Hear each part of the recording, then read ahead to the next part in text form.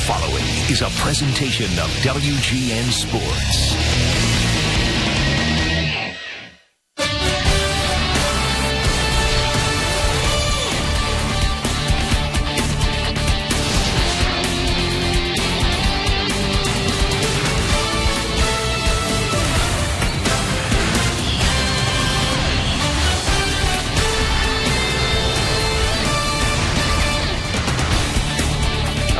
Absolutely gorgeous Saturday afternoon. We are in Peoria, Arizona for Chicago Cubs baseball on WGN Sports. The Cubs and the Padres in Cactus League action. We welcome Cub fans from all over the country watching on WGN America, America's home for baseball. Hi again, everyone. Along with Bob Brenly, I'm Len Casper. About a week and a half to go before the Cubs break camp and head north. We'll talk about the position battles that are starting to clear up. But, Bob, it's our first look here on WGN at the new Cubs starter, Matt Garza. I know the fans are very excited to get a look at Matt Garza, as are we. Matt Garza making his 5th appearance of the spring. And if you think back to his first couple outings, he basically just threw fastball. He was really concentrating on his mechanics, concentrating on his command. But as he moves further into camp, especially against a National League opponent today, I expect to see everything he's got in the bag. One of the questions about the rotation is probably no left-handed starter. Matt Garza basically replaces Ted Lilly. Having said that, he's a different style pitcher than Zambrano and Dempster and Wells. Well, he really is. I mean, of course, Carlos Zambrano is in a class all by himself. Ryan Dempster relies on the hard sinker, the splitter, the slider. Garza's, for me, a much more of a command pitcher. It's very important that he hit his spots, move the ball up and down and in and out. He can't pitch in any kind of patterns at all. So more than any other pitcher on the staff, I think you could call Matt Garza a pitcher. And it'll be Aaron Harang, a right-hander for the Padres today. We'll have the Cubs and Pods on a beautiful day from the Valley. Coming up next.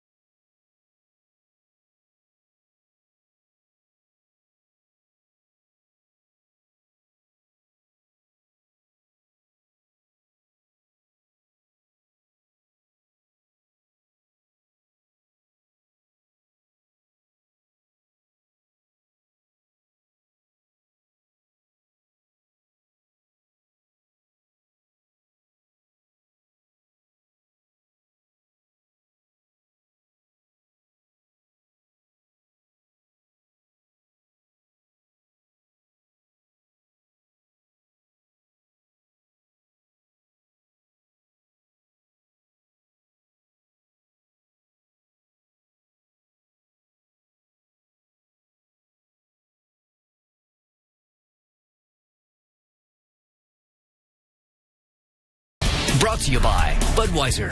Great times are waiting. Grab some buds. Pepsi Max, the official soft drink of Major League Baseball. 0 calories, maximum Pepsi taste. Ford. The newest vehicles on the road are now at your local Ford store. Like the all-new Ford Explorer SUV, 100% reinvented. Visit localfordstores.com. Ford. Drive one. And by Mega Millions. And now Powerball from the Illinois Lottery. Peoria Stadium, the Cubs and the Padres. The weather here has been picture perfect really for the last 3 weeks. It's going to be cold on Monday. It'll get down to 70. Ooh. Break out your parkas. We'll have the weather forecast in a second, but first let's check in on Mike Quaddy's Pepsi lineup for today's game against the Padres. Brought to you by Pepsi Max, the official soft drink of Major League Baseball. 0 calories, maximum Pepsi taste. Cubs lead the majors with 55 doubles. Fukudome, DeWitt, Colvin at the top. Soto, Pena, Baker in the middle. Camp, Perez, Garza at the bottom. Take a quick look at the Padres defensively today. Behind Aaron Harang, we'll have Ryan Ludwig in left, Cameron Maben in center, Eric Patterson over in right field. It'll be Headley and Bartlett on the left side of the infield. The O-Dog, Orlando Hudson, and former Colorado Rocky Brad Hopp on the right side of the infield. Nick Hundley will be doing the catching, and as I mentioned, Aaron Harang, the former Cincinnati Red, on the mound for the Padres today. And he's ready to work. And his first pitch is a fastball taken for strike one. Fourth start here in the Cactus League. He's a San Diego native.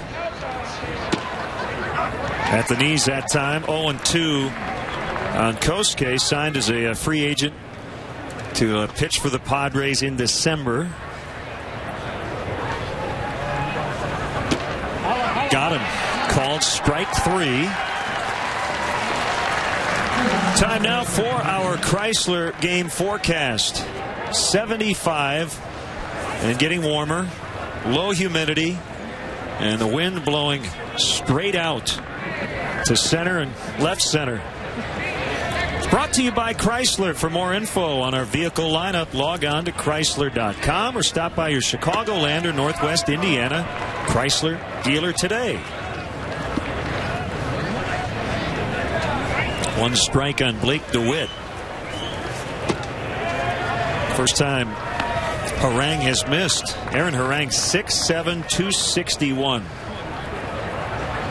Well, and it's kind of an unfair advantage for the pitcher in some of these spring training games as that ball is popped high in the air into shallow right field. Should be no problem for Patterson. What do you think about the Cubs today? They got up early this morning. They put the unis on over at Hohokam Park in Mesa. They worked on some drills. They took their batting practice over in Mesa and then made the trip over here to Peoria. Did a little stretching, played a little catch, and let's play baseball. Well, Aaron Harang has gone through his regular pregame routine in preparation for this start today. So sometimes when you get warmed up early in the morning, you take your batting practice 2 or 3 hours before game time. Climbing into that batter's box against a guy that is ready to fire, the advantage goes to the pitcher, in my estimation, early in the game. Tyler Colvin in the big game on WGN last weekend in Las Vegas. He's playing left today. He plays right, and he has played a little first base this spring. 2-0 pitch hit foul. And the reality of that first base situation is, knock wood, Carlos Pena stays healthy all year, and Tyler Colvin gets very little playing time at first. But I think it was a great idea by Mike Quaddy and his staff to get Tyler some reps over there, just in case. 3 balls and a strike. Giovanni Soto is the Cubs cleanup man today, and he's on deck.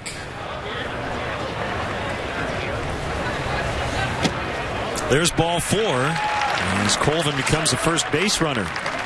Bob, it is Arizona, and over the last 2 weeks the Cubs have played 2 games with a final score of 14-13.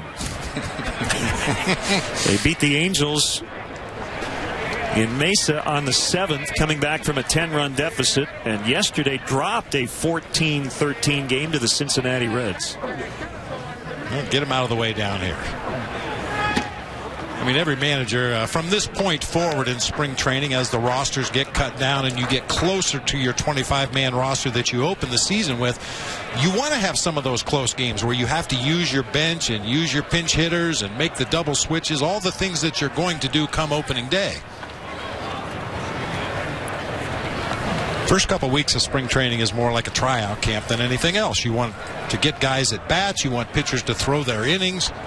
You want to see guys running the bases and playing their position defensively, and try to get your eyes on as many guys as you can in those first 2 weeks of games, and then gradually start to narrow it down, get that roster set, and start to manage games the way you will during the regular season.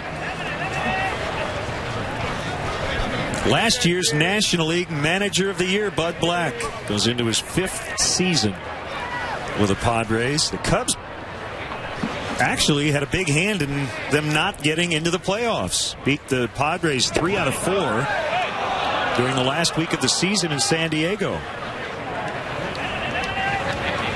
Now, that was exciting to watch, Len. I mean, the Cubs were at a point in the season where they had relatively little left to play for other than to play spoiler, and they did an extremely good job of it against the Padres. They were eliminated on the final day of the season, but still won 90 games after being picked to finish last by pretty much everybody. So that's why Bud Black edged out Dusty Baker for the manager of the year.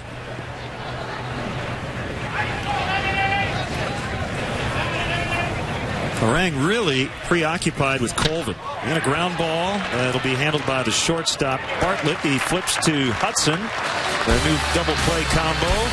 And that'll end the inning. Padres are coming up.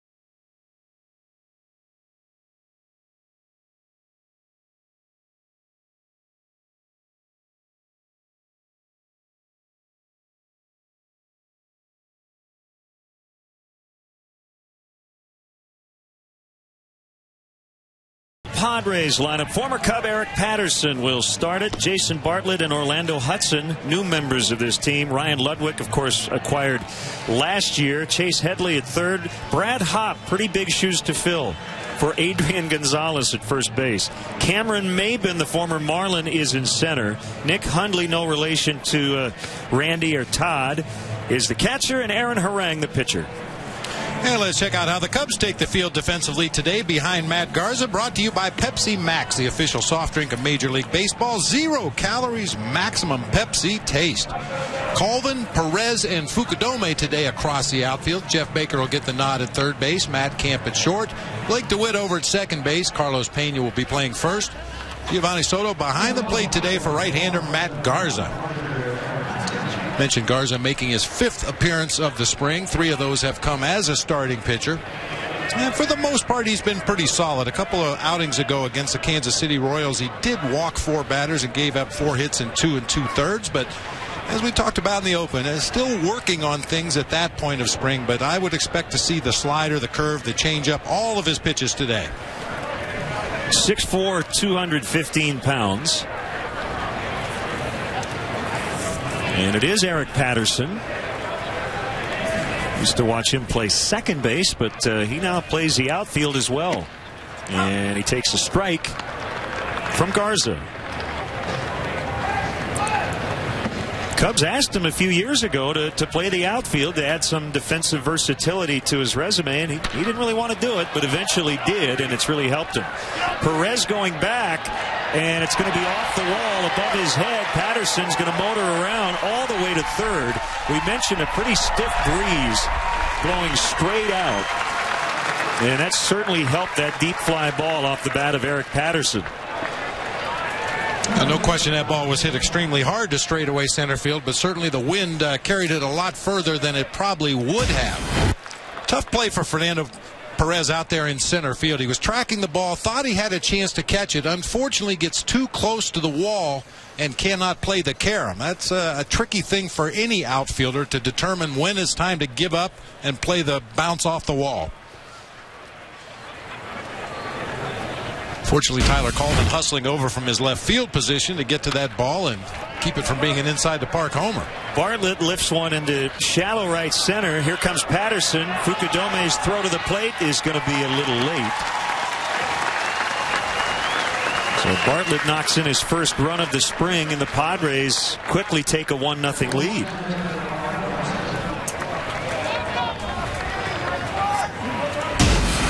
Kosuke Fukudome, you see, he has his momentum going, makes the catch, and as usual, gets rid of the ball quickly. Unfortunately, couldn't get much on the throw. It tailed a little bit up the third baseline, and the Padres take an early lead.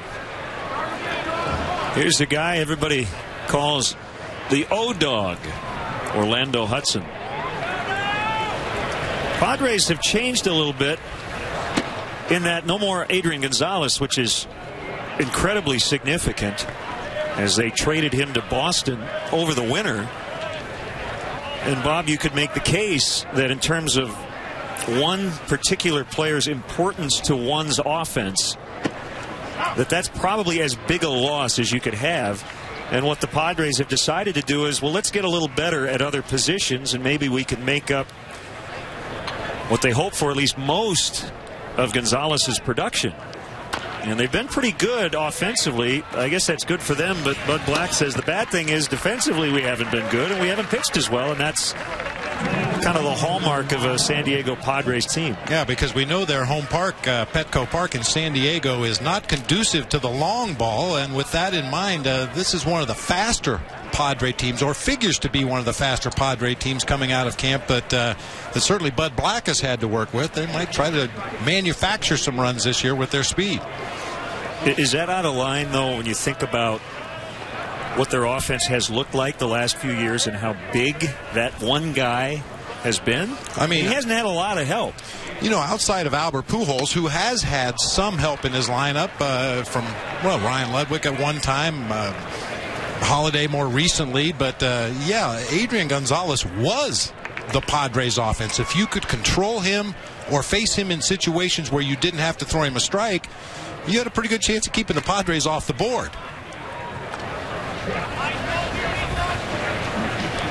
So then the question is, well, why did they trade him? Well, he had one more year on his deal, and I think they thought instead of letting him walk away and get nothing for him in return other than a draft pick, let's get some prospects.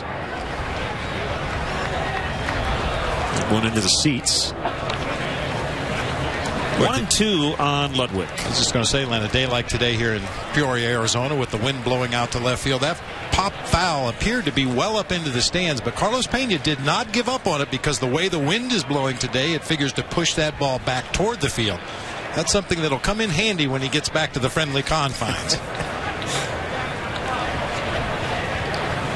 Garza with a 1-2. Now it's 2-2. Matt's last outing was in this ballpark against the other home team here in Peoria, the Mariners. And it was his best outing. 4 innings, 1 run on 3 hits. Used all of his pitches.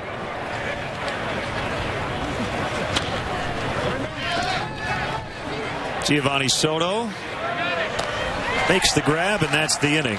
They get a leadoff triple and quickly score on the sac fly. It's 1-0 Padres.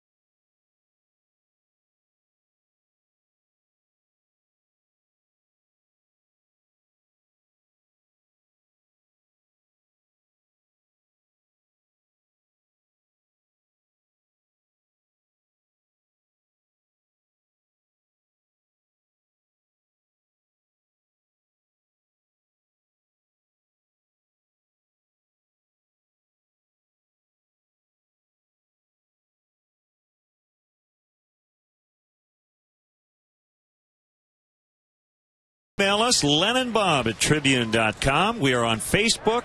We're on Twitter. You name a media platform, we are there, all over it. Carlos Pena will lead off the Cubs second. And I believe we have Pat Listach, the Cubs' new bench coach, mic'd up in the dugout. Hey, how you doing, Pat? I'm doing great, Lennon Bob. Well, we're not through spring yet. About 10 days to go and some important decisions coming up. But just wanted to get your kind of initial impressions of the first month or so of Cubs spring training. Well, things have gone pretty well. We're working hard. We're getting out there early. We're staying late, and we're getting the swings that we need to get in the cage. Rudy's doing a great job, and Yvonne's doing a great job with the defense as well. So we're battling through it and trying to get through spring training healthy. Congratulations on coming back to the Cubs organization, where you were a fantastic manager in the minor leagues. Got a chance to coach third base in Washington. As Pena pops it up right over near you, Pat. That's going to be off the dugout. But how important was it for you to get back to an organization that you knew so well? Well, it's a great front office, a great organization, a great field staff that we have here, and I loved my 9 years here before, and the fans are great. The front office is great, like I said, and the players are really good. And it's good to be back around some familiar faces.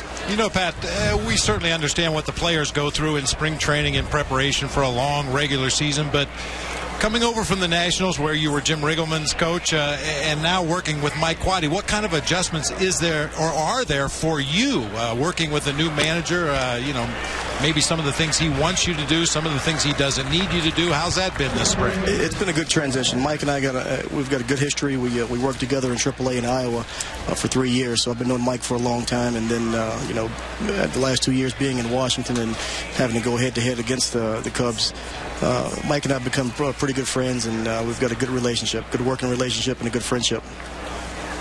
One out in the inning. It's Jeff Baker who's playing third, and he rolls that one back up into center. Pat, he's had a really good spring. Came into that at bat at 400. Yeah, he's swinging the bat really well. He's really hitting the ball hard against lefties, and it's good to see him come out and get a base hit against a righty. Pat, what kind of improvements would you like to see from the ball club in general as we move into the last week and a half of spring training? Well, I think everybody knows that our defense struggled last year, and we've got to improve that defense. Our pitching has been really solid all spring. The starting pitching has been really, really good, and with Andrew Kashner going back into the rotation, we need to shore up the defense and make the plays behind these guys. They're getting ground balls. We got to make sure we turn the double plays and get the outs when we can get them. Orang will keep an eye on Baker. Pat was a 1992 American League Rookie of the Year with the Milwaukee Brewers. You were a fantastic shortstop. A lot of talk about Starlin Castro this spring going into his sophomore season. Camp shows bunt and takes ball one. He has 4 home runs. It is Arizona. He hit 3 all of last year. Does he look a little different to you? I know you didn't see him a lot last season because you weren't with the Cubs, but I think he's going to hit some home runs this season. I think you're right. He's got some strength. He's a big boy. He's a lot bigger, and the closer you get to him, you realize how big he is, and he's got some power. He's got a great swing, and if he keeps putting the consistent swing that he has been putting on the ball, he's going to hit some home runs. 2-0 to Kansas. Excuse me, Len. Just talking about the defensive side of the game, Pat, with a youngster like Starlin Castro. He's such a physically gifted player. He gets to a lot of balls that other shortstops do not. Is that something you kind of work with him to better educate himself on what plays he should try to make and maybe when he's better served to stick the ball in his pocket? Exactly. All young shortstops are going to make a lot of errors. Jeter made 50-some in his first year. I made a lot of errors my first year. It's the plays that he's got such great range. He's going to get to a lot more balls. And there's going to be some balls that he gets to that he can't make the play on, that he's got to realize he's got to just eat it or knock the ball down and keep the ball in the infield. So he's learning as he goes. It's a tough job for a shortstop to be 20 years old and playing in the big leagues, but he's learning, he's working hard, and that's all we can ask of him. There's Fernando Perez. We're chatting with Pat Listach. So, Pat, I got to ask you, you're starting your career with Milwaukee. Well, Robin Yount is ending his career. What was it like to play with the kid? That was fun. You know, 2 Hall of Famers on that team. Robin was outstanding. I also played with Paul Molitor. Paul Molitor, yeah. Exactly. But Robin, he helped me out a lot because he was a shortstop there and he moved to the outfield, which is the same thing my career path went. Started in the infield and went to the outfield eventually later on. So Robin helped me out a lot with learning to play the infield positions, second base and shortstop as well, even though Robin was a shortstop. He helped me out all over the infield.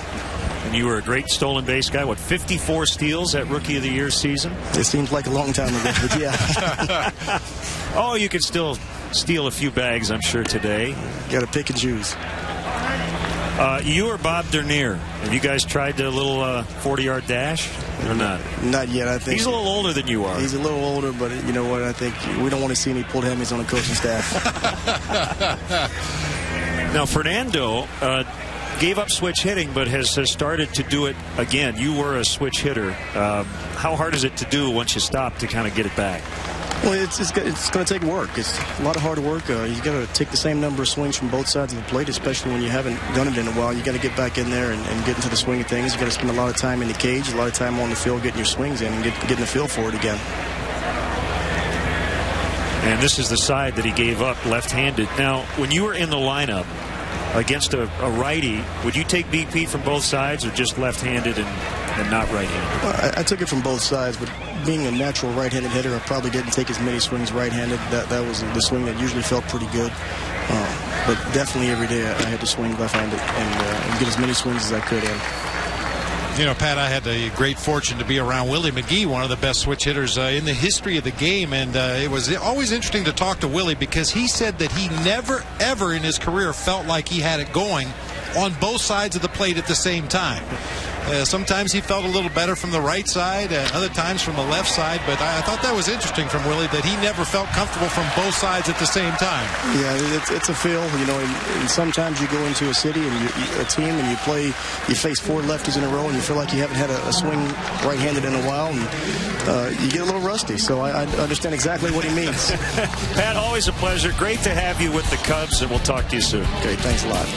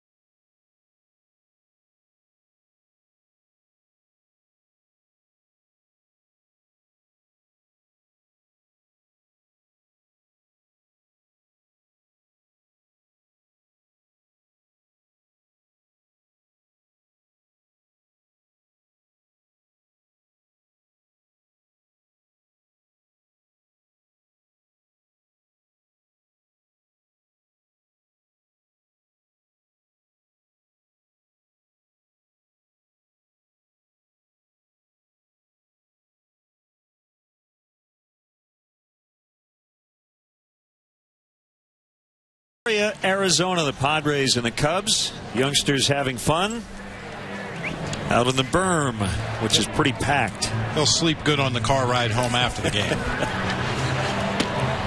It's one of the great things about Arizona. Most of the ballparks out here have that grassy hill beyond the fence, as they do in Mesa, a new ballpark over in Scottsdale, and nice place to throw down a blanket and enjoy the day. And if your team happens to fall behind early, you can take a little nap.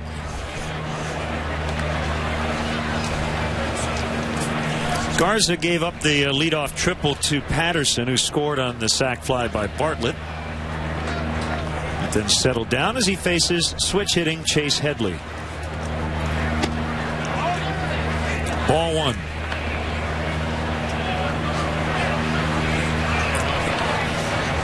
Thanks to Pat Listach for joining us.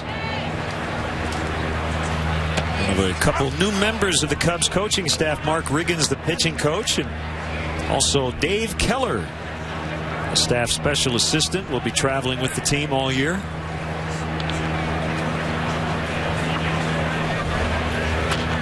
Well, we were fortunate to catch Pat Listach when he wasn't doing anything. Those moments are rare throughout the course of the day. Everybody on Mike Quaddy's staff very conscientious, tireless in the way they go about their work. I just hope that all that extra effort that the coaching staff has put in this spring translates to the play on the field for the players.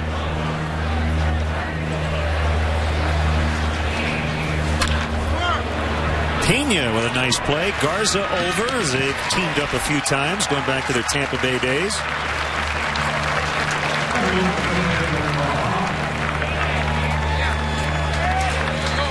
Topspin grounder, a couple steps to the right there. Pena makes a nice play actually behind him and then tosses on to Garza. As you said, that's something that those two have done together many times as a member of the Tampa Bay Rays, and hopefully we'll see a lot of those 3-1s this season.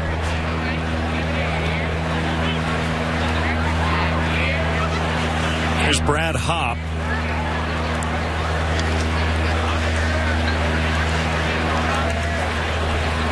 Trying to almost restart his major league career. He was an all-star with the Rockies a couple of years ago, but got released last year.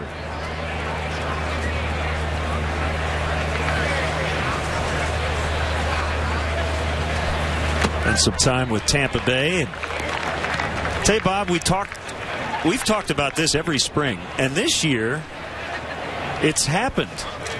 Teams are starting to put on shifts against players that they'll shift against during the regular season. Most of the time in spring training, even against a Jim Thome or a Ryan Howard, teams will just play them straight up.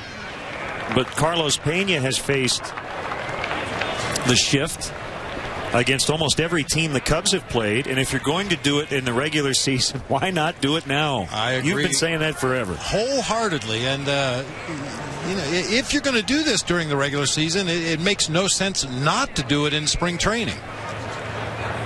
Because there can be some issues when you play the exaggerated shift. We've talked about the situation, for example, with the runner at first base. Who turns it up the middle? Who covers second base on a stolen base attempt? Can the third baseman get from his position where he is now to third base quickly enough if the runner tries to go from first to third? There are a lot of issues with the exaggerated shift, and this is the time to work on it. This is about as exaggerated as it gets. And by the way, Jeff Baker's the third baseman, but he's over on the second base side of the bag. So they have Camp staying at short. They have the third baseman. Really, the Cubs have two second basemen right now. And I've talked to Alan Trammell about that in the past. And the idea of why put two guys out of position as opposed to just one. And if your shortstop's your best athlete, why not have him cover one side of the field? I personally agree with this particular shift. The shortstop, you're assuming that he's got better range than your third baseman, so why not leave the one guy to cover the entire left side of the infield, have him be the guy who has the best range? Now, Tram's answer, and this is generally what coaches will say, as Hopp does hit it the other way out of play, you put on the shift because you're assuming the guy's going to pull the ball, and assuming your shortstop's a better defender than your third baseman, you put your best guy where you think the ball's going to be hit.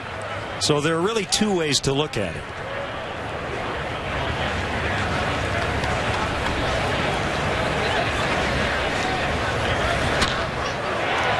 Pretty well hit.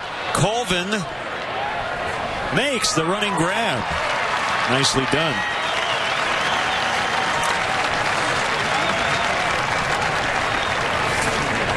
Follow the Chicago Cubs with MLB.com at bat 11 for your iPhone, iPad, Android, or BlackBerry. Get spring training scores, stats, highlights, live audio, and more. Text at BAT to 31826 or visit Cubs.com for details. Well, we can ask Mike Quaddy about it. Unfortunately, we said goodbye to Pat. We could have asked him. But I think another part of this is Cameron Maybin takes ball one. If it's Aramis Ramirez as opposed to Jeff Baker, that might also affect how you shift. Because Baker is a second baseman too, you have two guys very familiar in playing that area. So there are a lot of factors involved, but that was interesting. Fernando Perez with an easy play. And a 1-2-3 for Matt Garza. 1-zip Padres. It's the AutoZone Rewards Card, and it's free to every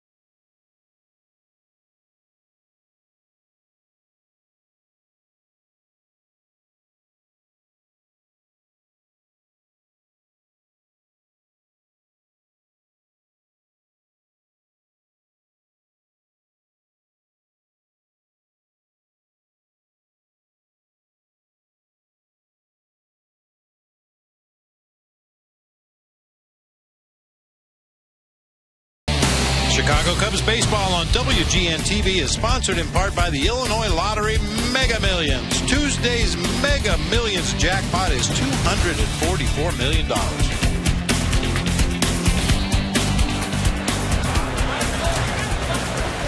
Matt Garza, without a hit in his major league career, although he picked up one in his first spring training game this year. Able to get a couple of bunts down in his last outing. 2 strikes on him. Matt Garza wearing Gracie's old number. If you're going to wear number 17 and play for the Cubs, you got to get some base hits. Nice swing that time, yeah.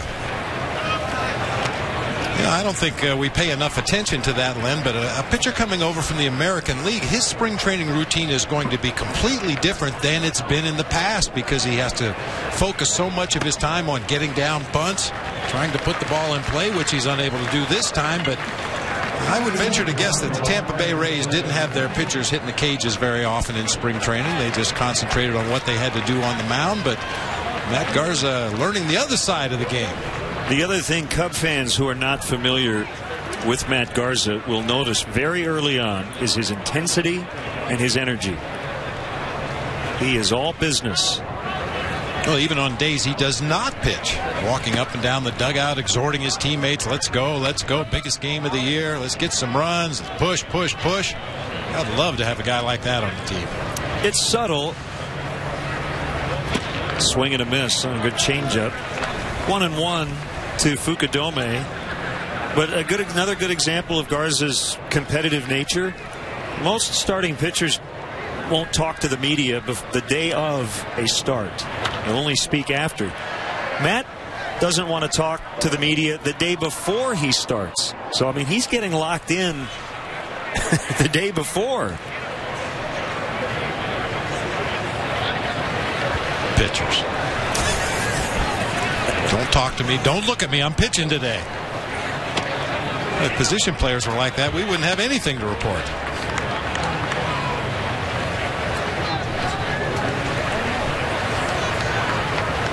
That'd be a good line for a backup catcher. Tell the media, I don't talk the days I play. Just missed.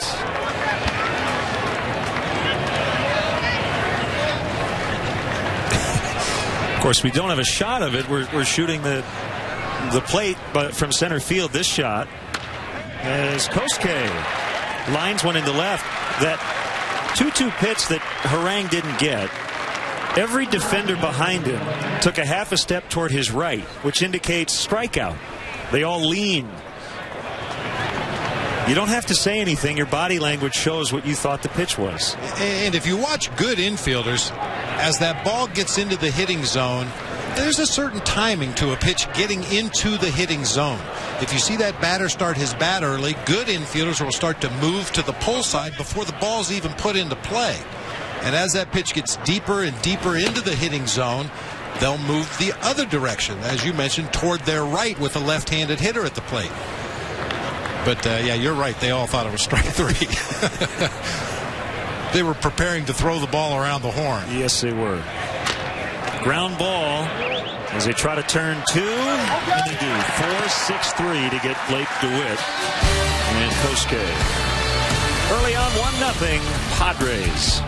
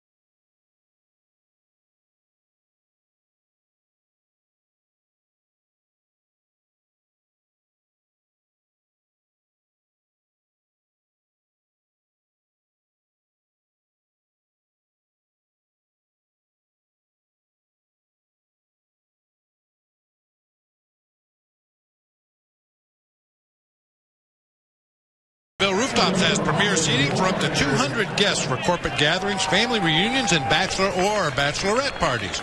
Individual and group tickets are available for all games.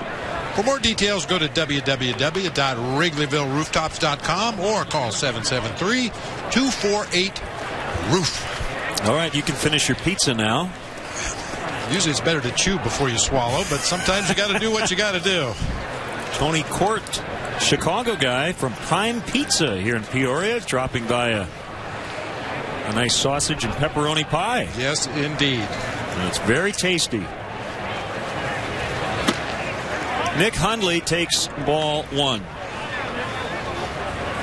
He's going to be the starting catcher. They thought Greg Zahn was going to be his backup, but early on in March, Zahn, who had shoulder surgery last year, decided to retire.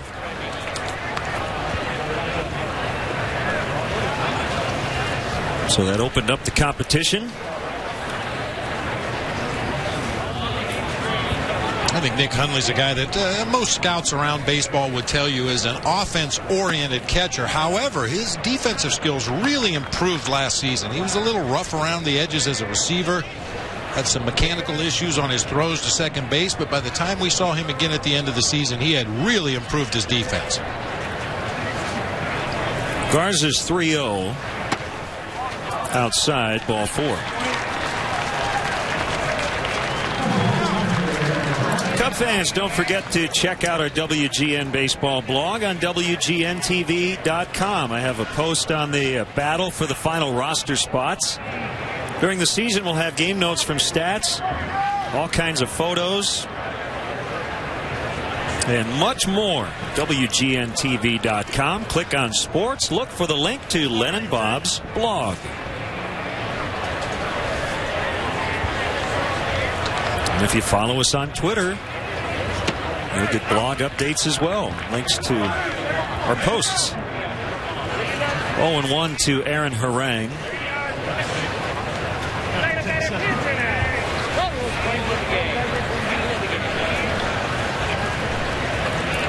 We've seen Aaron Harang so much as a Red. There's the bunt.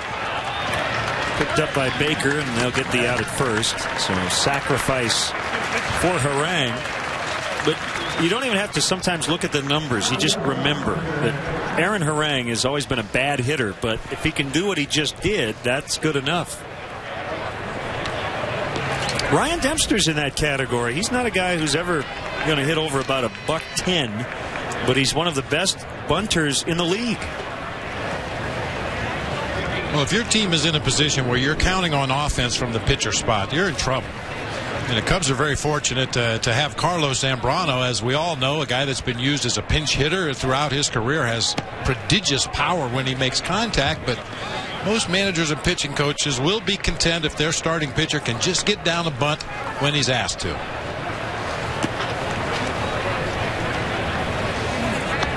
And depending on the makeup of the Cubs bench on days when Ryan Dempster does not pitch, you have to think Mike Quade will strongly consider using him in a bunting situation. You'd hate to burn a guy like a Darwin Barney off your bench if you don't need to. And again, Dempster's the best bunter on the team. Certainly it takes away any question in the opposing manager's mind as to what you're going to try to do offensively. But, you know, a guy like Ryan Dempster can bunt the ball even when everybody in the ballpark knows he's going to do it. So, yeah, I agree with you. I think that's a good strategic move to save your bench players, possibly for a situation later in the game when their skills could be better used.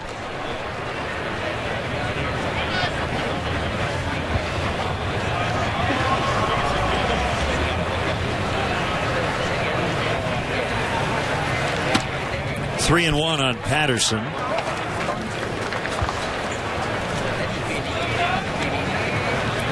Garza will give up fly balls. And it burned him in the first inning with the wind blowing out as Patterson hit a triple off the center field wall. I believe he gave up 28 home runs last year pitching in Tampa, or for the Rays rather.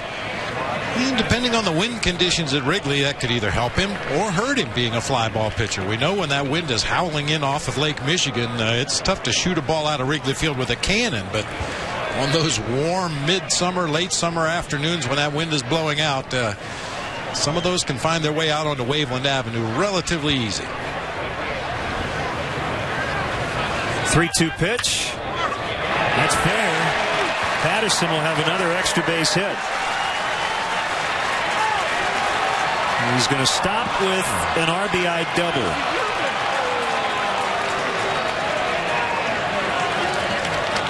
And this third base coach, Glenn Hoffman, is none too happy about the fact that Eric Patterson decided to stop at second base.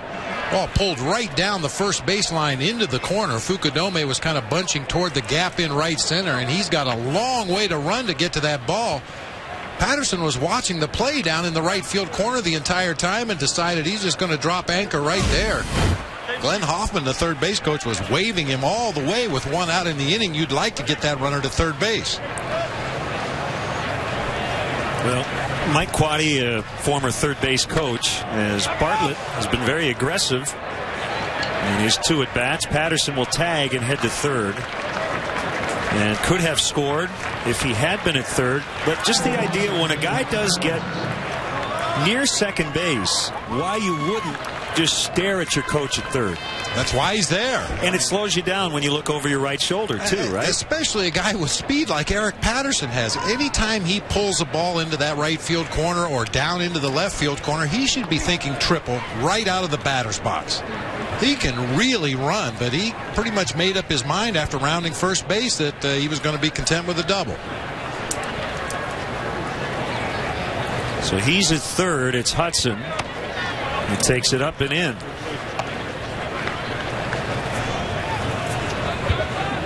Was there a guy you played against like Orlando Hudson who pretty much is going to talk to every base runner he sees? John Kruk was that way when he played first base for the Phillies. He was a very talkative gentleman, which serves him well in his current profession. Yeah, there were a lot of guys that talked, but I think Kruk would be right at the top of the list. A little later on, Sean Casey for the Cincinnati Reds got the nickname the Mayor because he was so popular with not only his own teammates, but every player in the league loved Sean Casey. He'd talk your ear off down there at first base.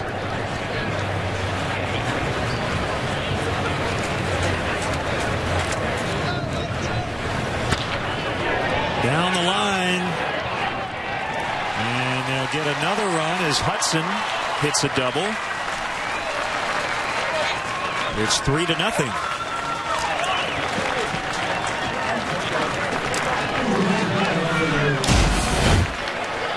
Well, for Bud Black and Glenn Hoffman and the guys sitting in that first base dugout, all's well that ends well as far as Eric Patterson is concerned. He does end up scoring on this double down in the left field corner.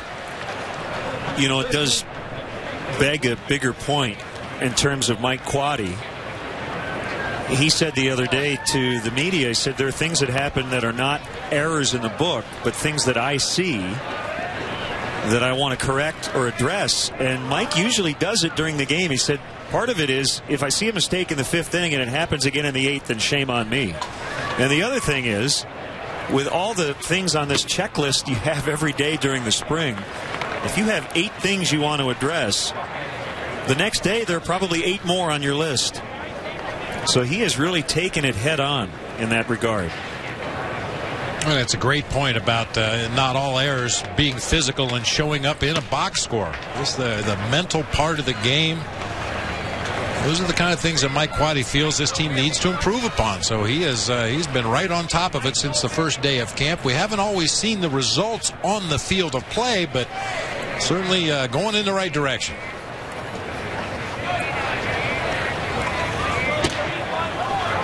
It looked like a pretty good pitch.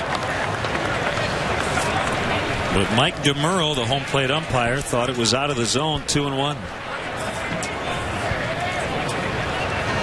To the best of my knowledge, Mike DeMuro behind home plate today was the first umpire to use the hockey-style mask. Up until then, everybody used the old-school mask. The umpires wore a little cap underneath the mask, but much better protection, and if you believe what the catchers say, much better visibility with those hockey-style masks. And we like it when the umpire can see. That's usually good.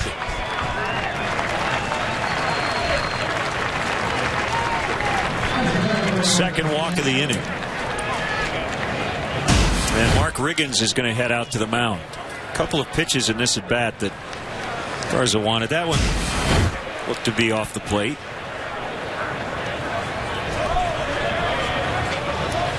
Not so sure if he was wanting a strike there from Mike DeMuro, but I think he threw his pitch where he wanted to and expected a different reaction from the hitter. Through that little slider or cutter, whatever that pitch happened to be, it starts on the outside corner, looks like it's going to be a good strike. You expect that batter to offer at it, and then the ball falls off the outside corner, and hopefully you get a swinging strike. But Ludwig got a real good look at it and laid off.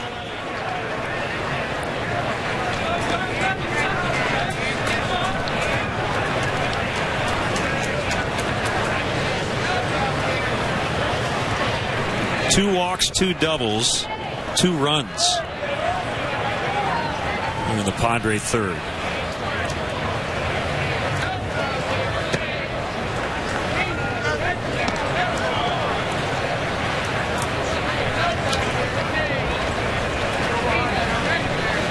Big crowd on hand. Crowds have gotten bigger as the month has gone along. over in Mesa yesterday. The Cubs had their 4th largest crowd ever in that ballpark's history. Hohokam, 13,182. I don't think this place holds that many, but it'd be up around 10,000. Well, and you've become very proficient in your attendance guessing. I've been checking you out online, and man, you're right on it every day. I got to get the key is the capacity, and you work off of that. So we'll get that.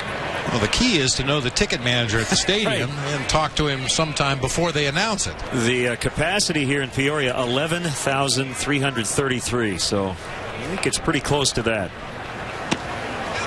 3-1.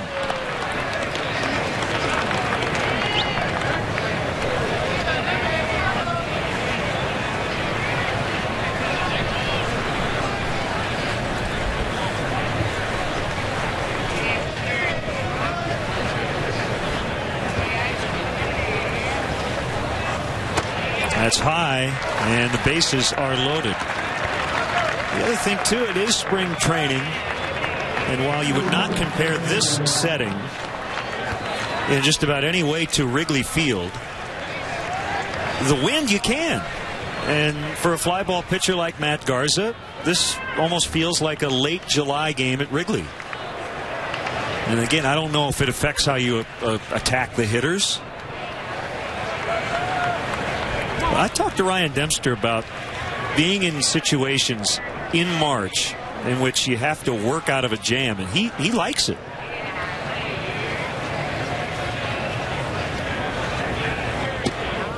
The paradox of spring training, Bob, if you said to Ryan Dempster, let's say you don't give up a hit for a month, I don't think he would want that. You're not trying to give up hits, but perfection is not the goal in spring training. It's getting ready for the regular season.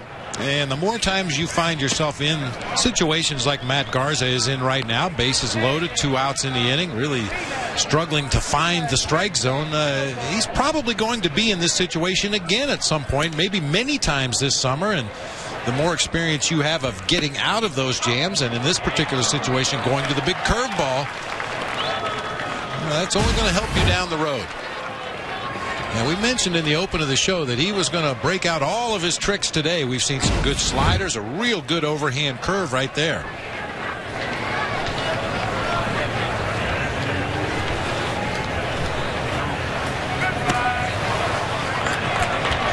Two the count.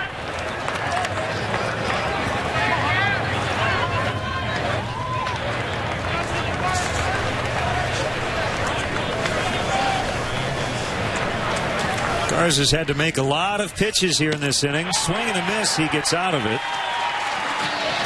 But not before giving up a couple. It's 3-0 San Diego.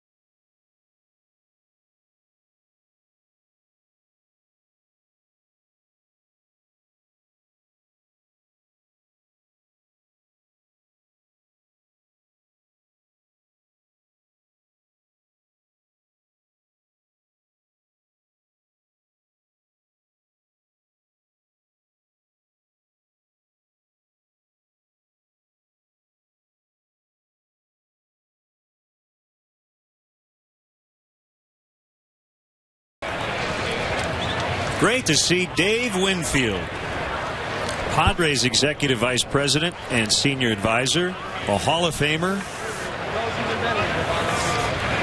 I'm probably paraphrasing somebody, but if you didn't like watching Dave Winfield, you don't like baseball.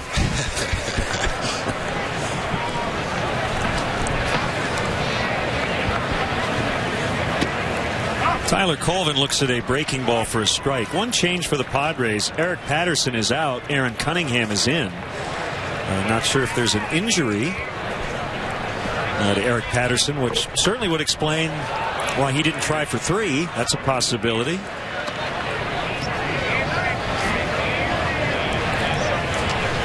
Dave Winfield hit 465 home runs in his career. He hit a lot of line shot home runs, didn't he? Oh, yeah. I mean, for a big man, obviously, as tall as any position player you'll ever see, long arms, had tremendous plate coverage.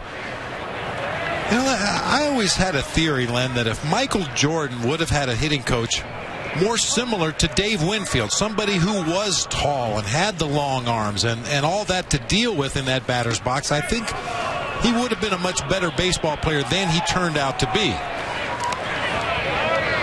Not taking anything away from Walt Riniak, who was Michael's hitting coach, but that particular style of hitting, to me, just isn't conducive to a big, long-limbed man like Michael Jordan. Winfield, the first Padre to be inducted.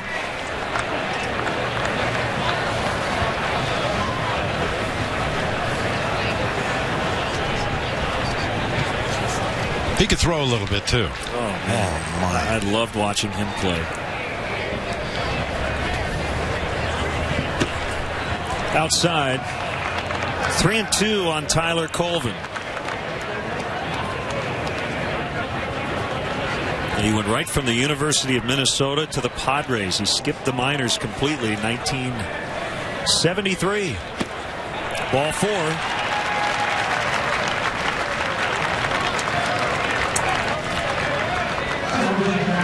Manager Mike Quaddy is planning to bring a lot of fun and excitement to Wrigley Field this season, and you can be there to catch all the action. Tickets are available now for some of the great matchups of the 2011 season. To purchase tickets, visit Cubs.com, call 1-800-THE-CUBS, or visit the Wrigley Field box office. It all kicks off on Friday, April 1st from the friendly confines. Right here on WGN, the Pirates and Cubs, 12:30 Central for Next Year is here. And the first pitch thrown by Ryan Dempster at 120.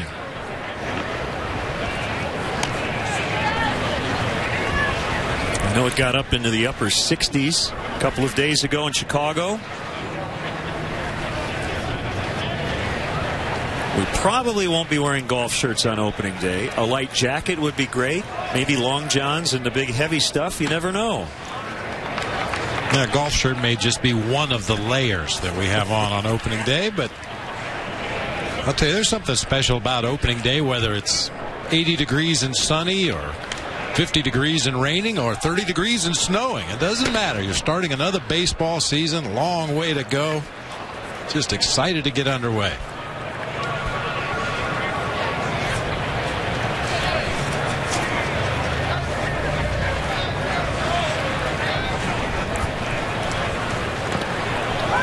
Cubs have had base runners today. Harang has kept a very close eye on them. And he's been very close with Tyler Colvin both times that he's been on first base.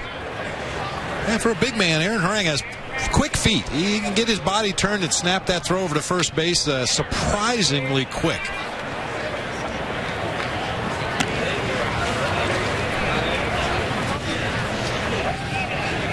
Bud Black has not yet named his opening day starter. Matt Latos would be the logical choice, although he's struggled this spring. Lefty Clayton Richard, Harang, Tim Stauffer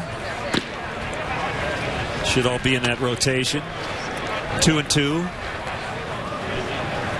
Their bullpen on paper as good as any relief staff in baseball, headed by Heath Bell, their closer. And Chicago native Luke Gregerson, who had a fantastic year. Soto swings and misses for strike 3. Strikeout an inning for Harang. Well, Aaron Harang, at this stage of his career, this is where he needs to throw his pitches, especially his off-speed pitches, the slider, the curveball, the straight changeup. He needs to keep the ball down around the knees, working further down. Real good strike 3 slider that time to Giovanni Soto. He should be a lot better pitching half of his games at Petco Park versus Great American Ballpark in Cincinnati. I don't think there's any question about it. I mean, providing he stays healthy and is able to take the ball every 5th day, it's a huge advantage for a pitcher working in that ballpark. Not only the dimensions of the park itself, but the conditions at night in San Diego.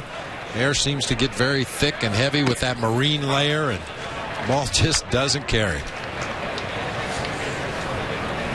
Carlos Pena not terribly thrilled with that strike call to begin this at bat.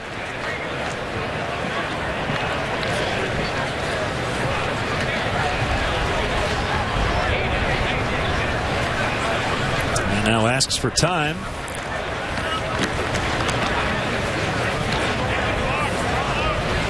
Some of our Facebook friends watching. Jack Allen in Indiana. Thaddeus Lawler watching on WGN America in Conrad, Iowa. And Paul Gursky following us in Lebanon, Ohio.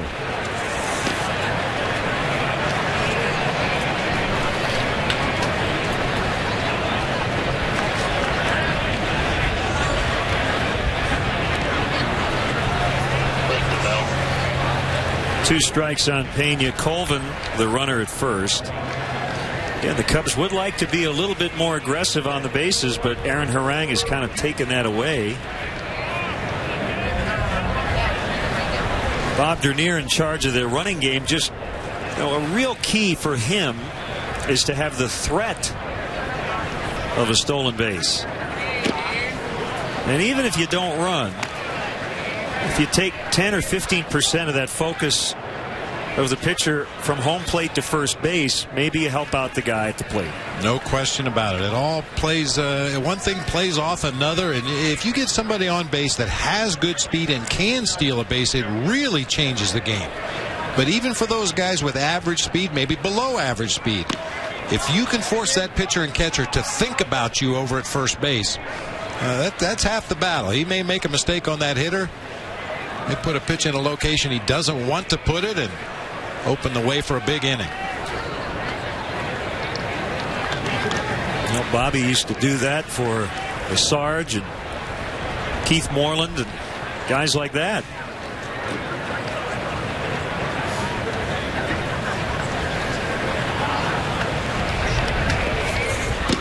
Inside to Pena. He's run it full after an 0-2 start.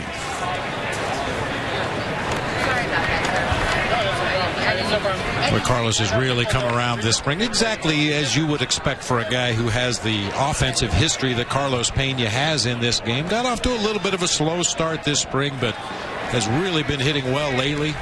.450 over his last 6 games, raising his average from the low 100s to nearly 300.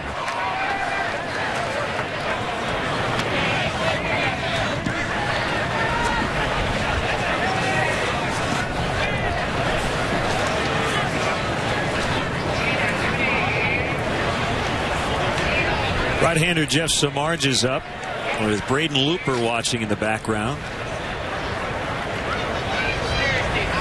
You get to this point in the spring, a lot of times the starter will go 4 or 5. You'll have a reliever come in for 1, and then another starter finish the game. Colvin goes again, and Pena pops it up. Tyler's going to have to head back to first as Hopp makes the catch in foul territory.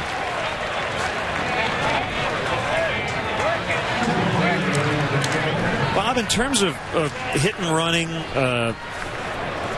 stolen bases, defensive shifts, when you managed, did you kind of feel like every possibility of things we could do in the regular season, I want to try it at least once in this setting, as opposed to in drills or, before a game, because this is live action. Absolutely. I mean, it's one thing to drill early in the mornings and go through different situations and do different defensive alignments and to run all your bunt defense plays and so forth and so on. But the reality is it's not game speed. You try to simulate it as best you can in your workouts early in the spring, but once the games start, that's when you really get an idea of the things that you need to work on, maybe some of the things that you feel like you're very good at. And once again, which is why it's not always a horrible thing when you get runners on base. You have some things you want to work on defensively. You want to check out your new pitcher, Matt Garza. How does he field his position? You want to get in as many game-type situations as you possibly can in spring training, to the point where you may create some of those situations yourself. Popped up by Baker. This will be Headley to end the inning. Cubs can't take advantage of the leadoff walk and trail 3-0.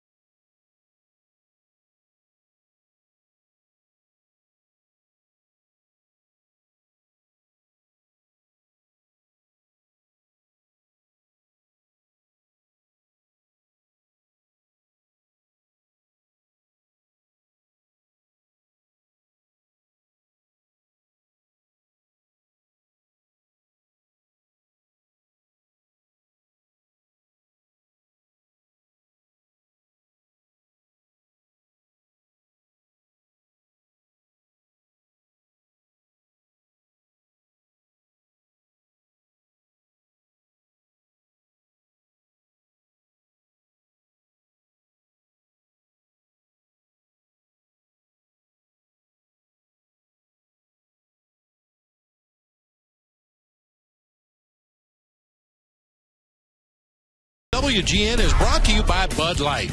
The sure sign of a good time. Here we go.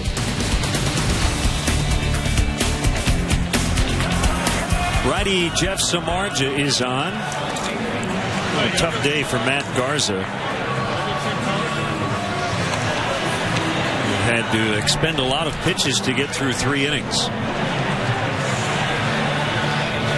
I just didn't seem to have that fine command that we talked about in the open of the show, which is something that's very important for Matt Garza. He's not the type of pitcher that's going to be able to just stand out there on the mound when he's behind in the count and challenge hitters.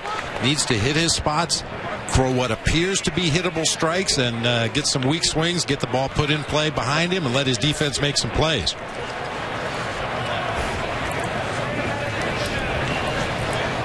Now Cameron Maben against Samardzija.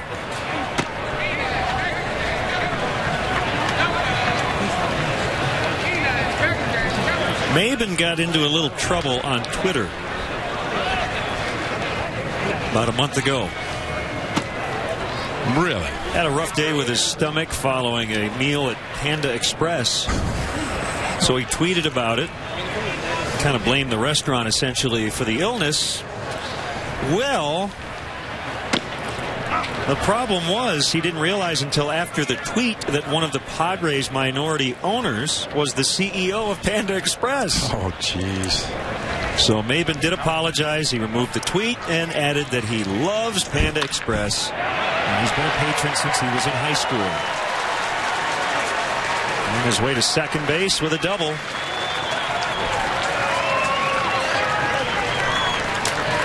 Another thing you never see in the regular season is the starting pitcher throwing in the pen after his start.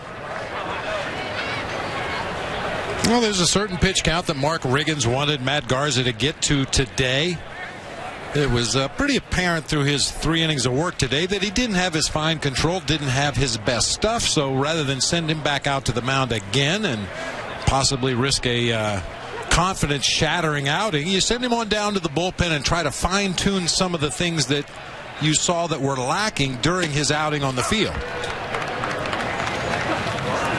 We're talking about Cameron Maben and the issues he had there with the ownership group. Didn't that happen to Goose Gossage when he was pitching in San Diego? He criticized Ray Kroc, well, McDonald's actually, yep. which was Ray Kroc's little baby there, and I think Goose got in a little trouble too. Just might want to look through the media guide before tweeting. That's all.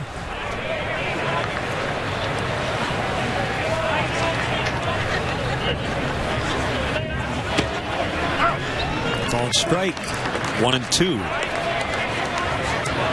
You are fairly technologically advanced, but players have to be a little careful these days with tweets and Facebook and the like. And cell phone cameras. Yeah. Yep. We live in the age of Twitter and Deadspin and Huffington Post, and Ron Gardenhire was joking about firing the news through the internet. When Mike Quaddy talks to the media before the game, his comments are pretty much available for the entire world within about 10 minutes. Which can create some issues. Very early on in my managerial career, I realized how important it was, the protocol of who finds out what and when do they find it out. For example, you're going to make a change in your rotation. You're going to bump a guy back a day and give him an extra day of rest and slide somebody from the bullpen in his spot in the rotation. Well, you better make sure the players involved know about it before you talk to the media. I learned that the hard way, but boy, nowadays it's extremely tough because, as you said, once it comes out of your mouth, it is on the internet shortly thereafter. Even if you make what you think is a pretty benign comment about would you consider shifting this guy's role in the bullpen this way or whatever, and you say, yeah, I would consider it, and then it gets tweeted, and then the significant other of said reliever calls and says, it says here you're not going to be the closer anymore. The writers then go to the closer. The closer hasn't even talked to the manager, and the manager says, we're not making a change. They asked me a question, I answered it.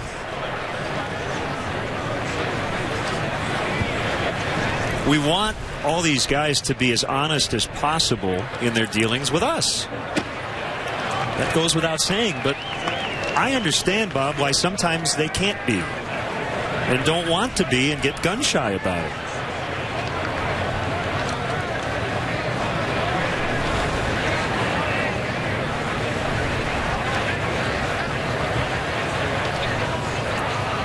And to take it a step further, and of course our dealings with the media, both in Chicago and when we travel on the road, everybody's been pretty fair to us. They're very upfront and honest, but occasionally you'll get a writer or a broadcaster or talk show radio guy who, for whatever reason, has it out for a manager. And that's when it gets tested.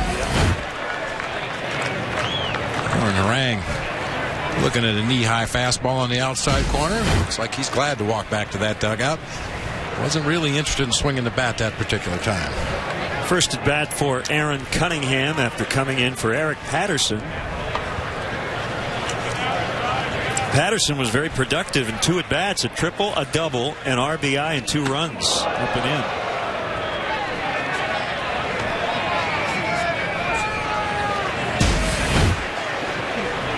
Well, you see where Giovanni Soto sets up on the outside corner.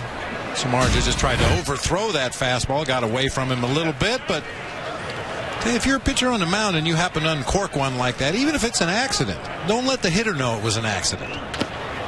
Let him think that you were coming up under his chin for a reason. I always felt like if a pitcher knocked me off the plate and kind of looked in an apologetic way. I felt like that was my advantage. He's sorry he threw a pitch up and into me, so I'm going to dig in here because he's probably going to be back out over the plate again throughout the rest of this at bat, so he doesn't hit me. On the other hand, if a guy knocked you down and looked in at you and said, yeah, that's right, that's right, don't get comfortable in there, well, usually I didn't.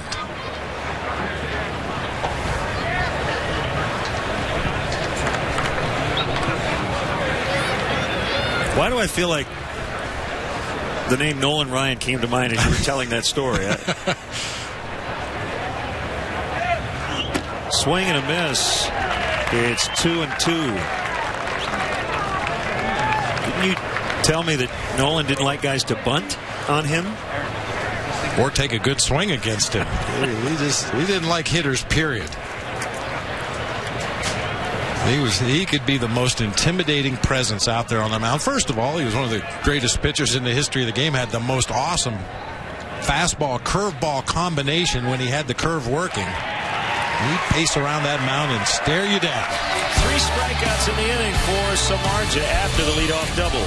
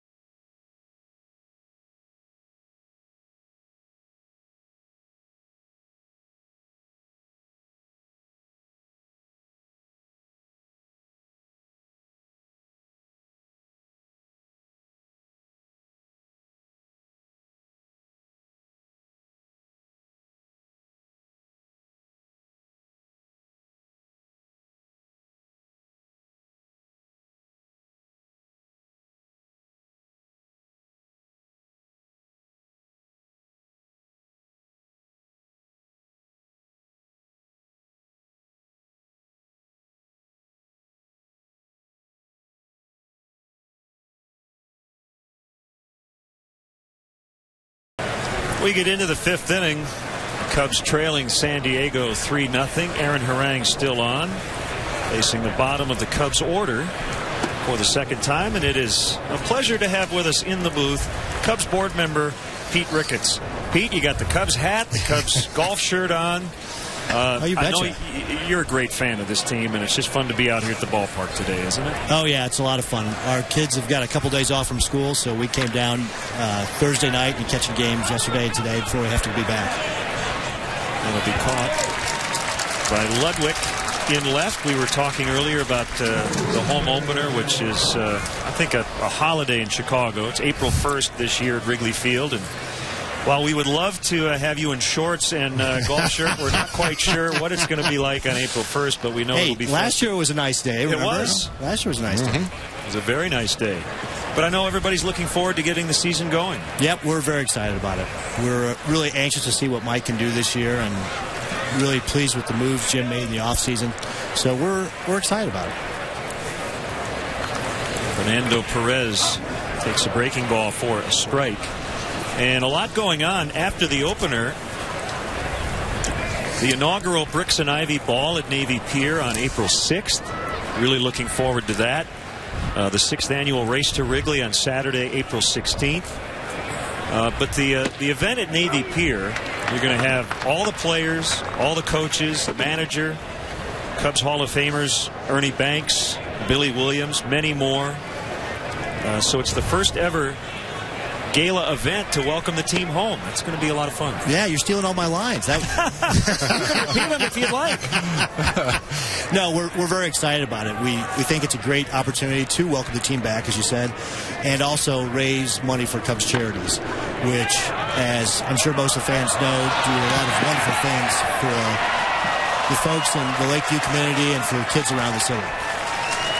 Well, I've been a part of handing out checks to all the great charitable organizations through Cubs Care, Cubs Charities, McCormick Foundation every April, and it's just so wonderful. The Cubs hand out about $1 million in checks every year, and that should not be downplayed how important they are in the Chicago community. Yep, and last year we did $1.3 million, and the goal for the family is to continue to increase that. We'd like to do more events like the Bricks and Ivy Ball to raise more money for Cubs charities so we can increase the amount of dollars that are going back into the community. You know, Pete and I always thought it was a great opportunity for fans to see ball players out of uniform. I think a lot of fans are surprised when they see players away from the ballpark. They don't have their cap on. They don't have their uniform on. It's sometimes hard to recognize them. It really is, yeah. Darwin Barney out into left, and Ludwig will make the catch. Be an owner for a day. Well, that's one of the things you can win in terms of an auction item coming up on April 6th. Also, April 16th, the race to Wrigley. We're with Pete Ricketts, 3-0 Padres.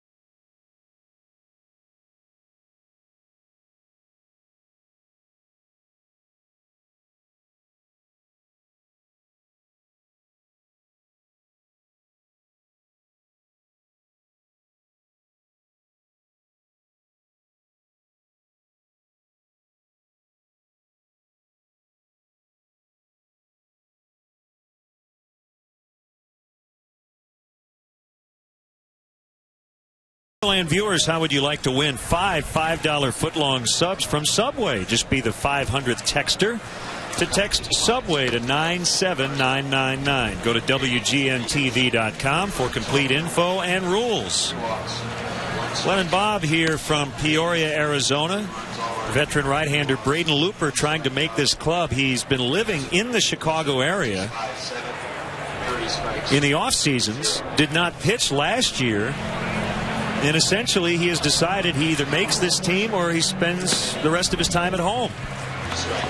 He's had a good career, Bob. Yeah, he really has. He's been a good pitcher for quite a while, making his 4th appearance here in the Cactus League this spring. And we were talking earlier about the pitcher's offensive prowess and how they can help themselves. Braden Looper's had a pretty good spring with the bat. Got the start his last time out against the Diamondbacks, went 3 2/3, gave up 5 hits, only 1 run, but even more importantly was 2 for 2 with a double and an RBI. We're here with Cubs board member Pete Ricketts.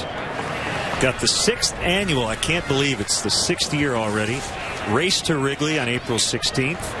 Starts at 8 a.m. at Clark and Addison. Over 8,000 runners participated last year. As Jason Bartlett takes ball 1. we should comment that you can go sign up for these things on Cubs.com. And registration goes fast, so make sure you check it out soon. Jason Bartlett with a base hit. Talked to Todd last week. This is his baby. He's loves to ride his bike everywhere, and I think he actually took his bicycle over to Glendale last week. The second annual Wrigley Field Road Tour, August 27th, from Wrigley Field to Miller Park. Yep, I did that last year with Todd as well, and it was a tremendous amount of fun. He had it set up so even if you're not a hardcore cyclist and you think 100 miles is too far, he's got breaks set up every 12 miles for people to take breaks. Runner goes, and Hudson shoots this one out toward the gap. That's trouble. And it's going to bounce off the track and over the wall, and that actually benefits the Cubs. It's going to keep Bartlett for the time being at third. So Hudson has 2 doubles today. Padres are in business. 5 doubles on the day for the Padres. This time Orlando Hudson going to the opposite field. We mentioned that wind blowing straight out to left. Didn't do anything to hurt that ball either. Was struck well, bounced off the warning track up onto the berm for a fan, and for the time being a break for the Cubs because Bartlett had to hold at third base. Pete, I want to say that the 2 Cubs conventions you've been a part of, I've been asked to kind of MC, be the traffic cop for the 4 siblings, taking questions from the fans, and I've really enjoyed it. Questions come from all over the spectrum, but just the way the siblings interact, and it seems to be a very open and honest group, and it's really neat to see. Well, thanks. I must admit it, I haven't worked with my siblings closely like this before, and it's been a tremendous amount of fun. We have weekly calls to get updated on what's going on. You know, Tom is at Wrigley Field every day. You know, he's day to day. The rest of us are getting caught up as things come along. But it's really been a lot of fun. Well, I think for the fans to have that kind of access to the ownership of the ball club is something that's been it's a little new. Yeah, it's very new and is lacking around baseball. That hurt. Ouch. Ryan Ludwig. Ouch. Ooh. Oh my, just above that left ankle. I would imagine we'll see Ryan Ludwig finish his at bat and probably head on into the training room for an ice bag after this at bat.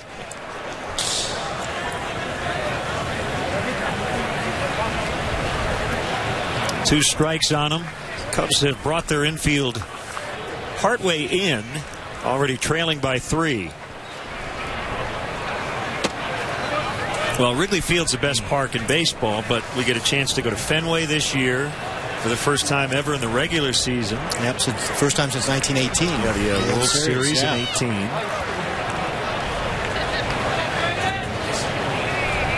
You got the Yankees coming in? Yankees coming in June. We'll be in Kansas City to see the renovated Kauffman Stadium. Great baseball town. Do you have any? You'll probably be in Kansas City, right? Not far away. No, it's only about a 3-hour drive down the road. Yeah.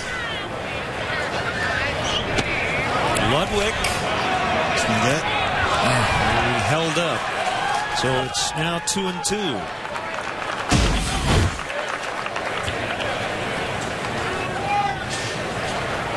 Ludwig pulls those hands way in close to his body there with 2 strikes, just trying to protect the plate. Was able to check his swing that time, but it's a very odd-looking approach. Ground ball, foul.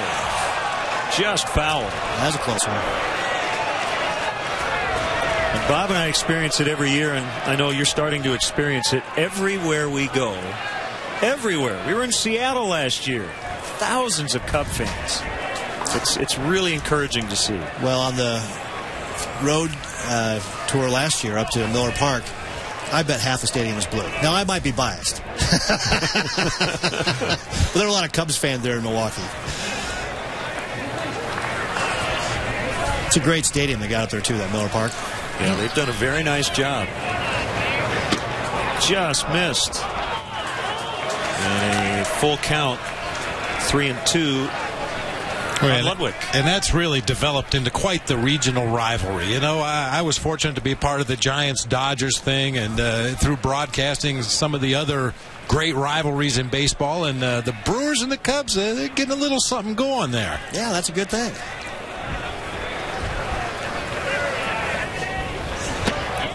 Struck him out. Well, Pete, thanks for stopping by. We always appreciate it. My Enjoy pleasure. the sun today, but probably a little shade's a good idea today, too. It's pretty hot out there. I'll take it. And for the fans out there who are the cyclists who want to sign up for that Wrigley Field Road Tour, then go to worldbicyclerelief.org. Worldbicyclerelief.org, and it'll benefit not only World Bicycle Relief, but Cubs charities as well.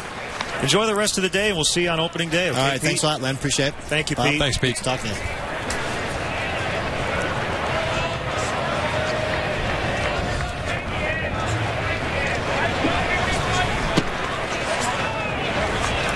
Looper trying to work out of a jam here.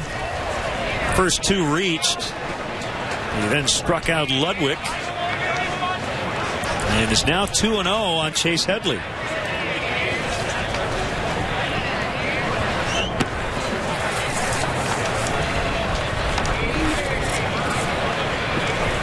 Cubs will unveil a statue in honor of Ron Santo, we should mention, on August 10th at Wrigley Field. Half price? See Jeff. Hawks and Coyotes tomorrow on WGN, no less. At 7 o'clock. I'll be there. That is WGN in Chicago only tomorrow night. That'll be a big game. 3-1.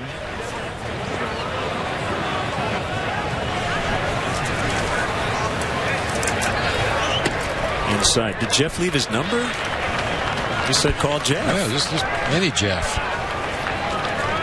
Ask Jeff. Oh, ask Jeff. Do we know who Jeff is?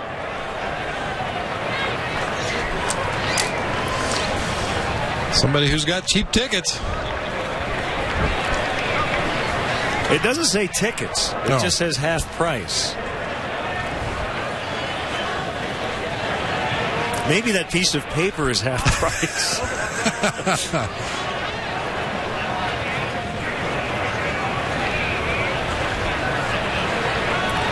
Bases loaded for Hop.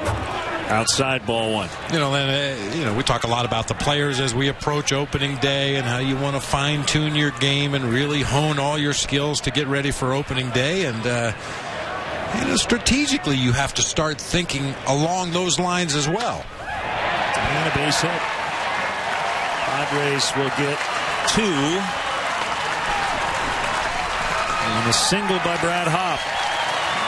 Specifically thinking about the walk to Chase Headley to load the bases with one out. Not always a bad thing. Now, unfortunately, Hop was able to come up to the plate, or rather, Hop came up to the plate and got the base hit to drive home a couple of runs. But you start thinking about situations that you're going to face during the regular season. And runners at second and third and one out with a dangerous left-handed hitter at the plate. A walk is not always a bad thing. It sets up a potential inning-ending double play. Unfortunately, this time Looper couldn't get the ground ball he was looking for.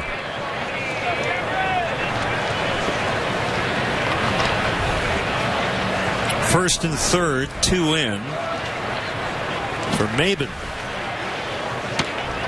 Outside, ball one.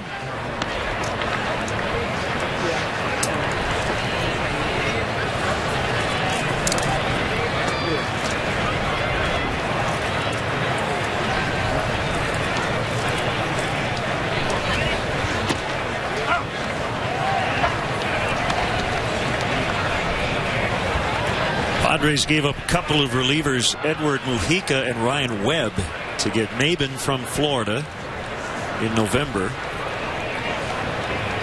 Former Tiger and Marlin.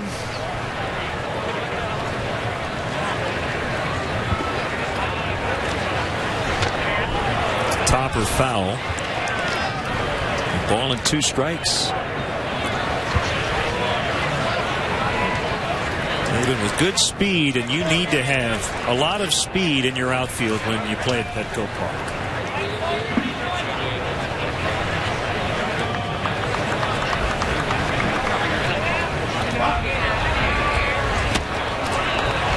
Swing and a miss, strike 3. The last 6 outs recorded by Cubs pitchers have been strikeouts. That looked to be the split-fingered fastball. Started right in the middle of the thighs, middle of the plate. Looked like a very hittable strike to Maben, I'm sure. But by the time he got the bat into the hitting zone, that splitter ended up down below the knees.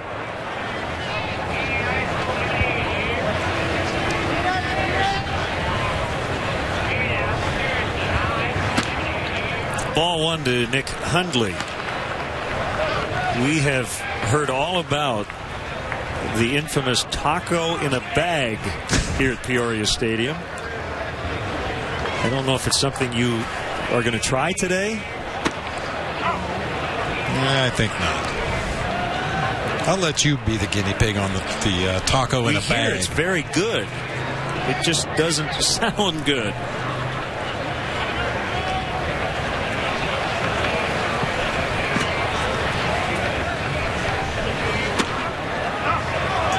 Well, if you go hungry in this ballpark here in Peoria, it's your own fault. There's a concourse out behind the third base side that has every kind of food you could possibly want at a ball game. Some you probably don't want, with plenty of options. Swing and a miss, strike 3. They get 2 on the hop single. It's now 5-zip Padres.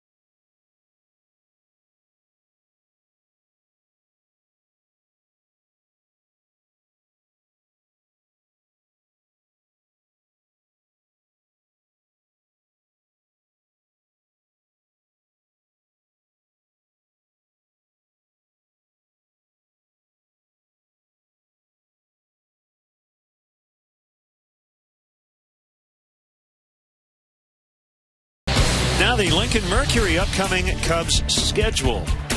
Twice next weekend here on WGN. The Cubs and the Mariners on Friday. The Rockies next Sunday. And then the big one, the season opener, April 1st. Next year is here at 12:30 from the ballpark. Bob and I will have the call at 1:20. We'll have all of the opening day festivities right here on WGN. That's the upcoming schedule, brought to you by Lincoln Mercury. Time to get something going against Aaron Harang. The Cubs with just 2 hits. Both singles through 5. It's 2-0 to Kosuke.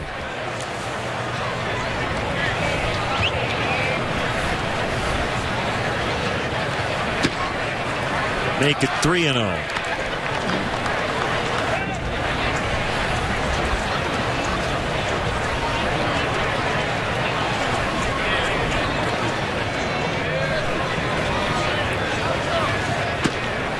That's a strike.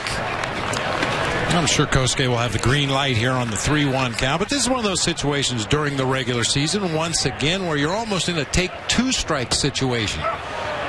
Trailing by 5 runs in the game. You need base runners at this point. I don't care if it's spring training or the regular season, and Kosuke did take 2 strikes to run the count to full.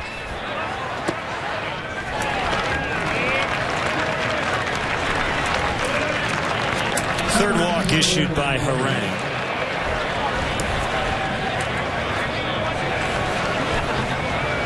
Johnny Cueto had to leave early again today. Was going to throw 50 to 60 pitches against the Rockies, but he went just 1 inning. Had stiffness in his forearm and biceps the last time around on March 11th.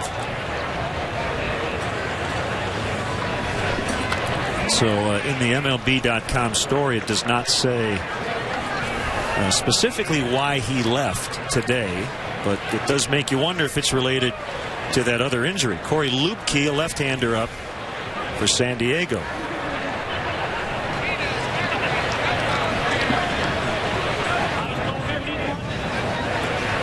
The Brewers seem to have gotten a positive report on Sean Markham's shoulder. Guzman in left. He just came in. Jesus Guzman makes a catch. Blake DeWitt is out. So tightness in the shoulder, and it sounds like Markham might miss a start. But they seem to be pretty happy, considering he had to leave his last time out.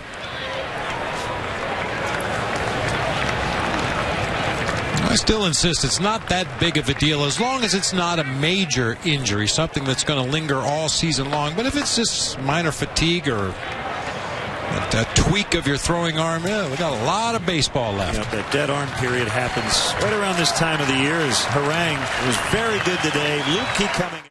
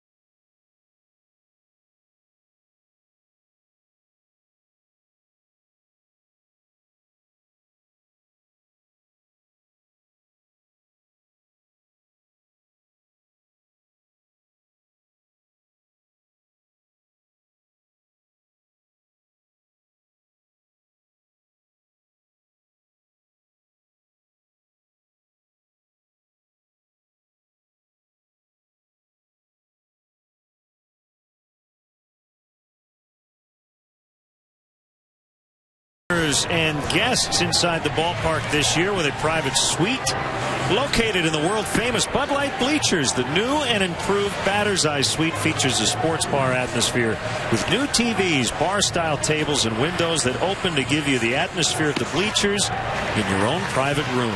The suite can hold up to 100 guests and includes food, drinks, and parking.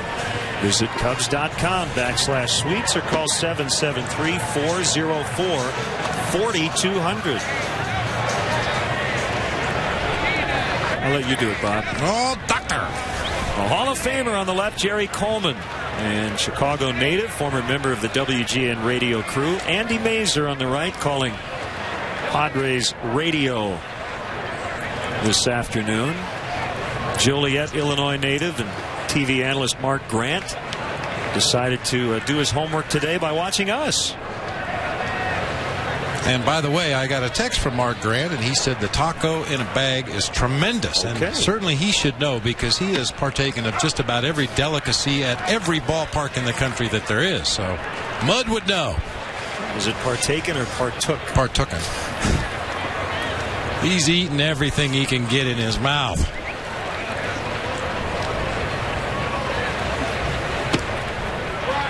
As I mentioned earlier, the Padres and the Mariners share the spring training facility. And the Mariners honoring the late Dave Niehaus, another Hall of Fame broadcaster. Dave passed away last November.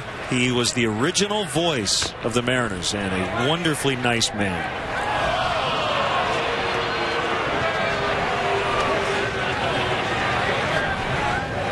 My, oh my.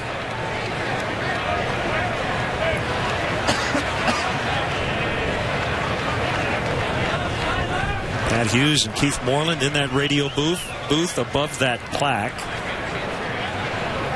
And next time we're at Hohokam Park, we will show you the nice plaque unveiled recently in honor of Ron Santos. Swing and a miss by Colvin.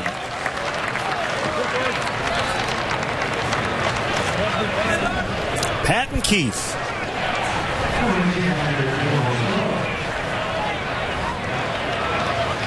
That's a big booth. This is a nice spring training setup here in Peoria, Arizona. You mentioned, what, the 18th year here? And if I'm not mistaken, this was the first complex that was built for two teams, with the idea that each ball club has their practice facilities and their offices, and they share a stadium. And this particular facility has held up extremely well. Giovanni Soto skies one into left center. Maben not really battling the sun, but a lot of puffy white clouds. Ball kind of gets lost in there with the wind blowing as well. 5-0 San Diego.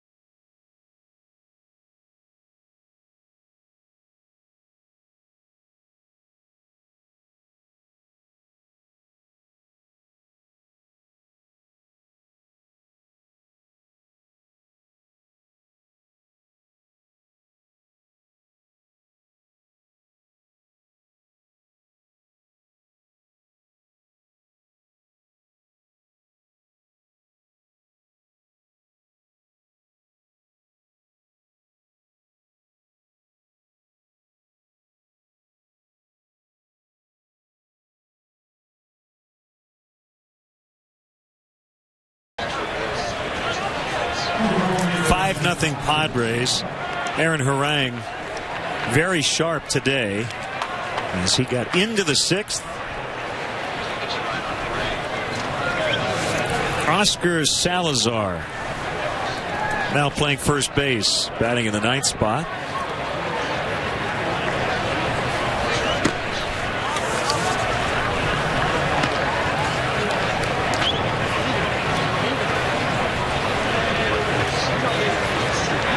Looper into the wind.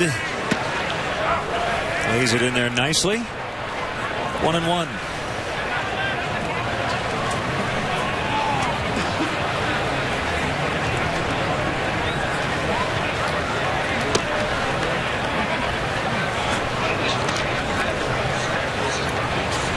Bobby Scales in to play second as the changes have started. Max Ramirez behind the plate.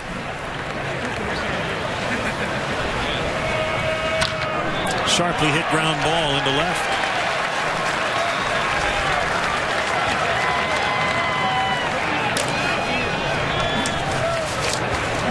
It's hard to root against a guy like Bobby Scales. I think it was his 11th pro season when he made his major league debut.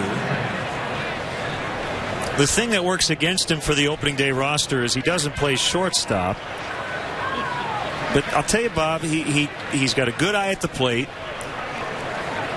In limited pinch hitting duties the last couple of years, he's been very good. A switch hitter. I think it's going to be tough for him to make the roster. But, you know, Bobby will go to AAA Iowa if asked, and will be at the ready if needed at the big league level.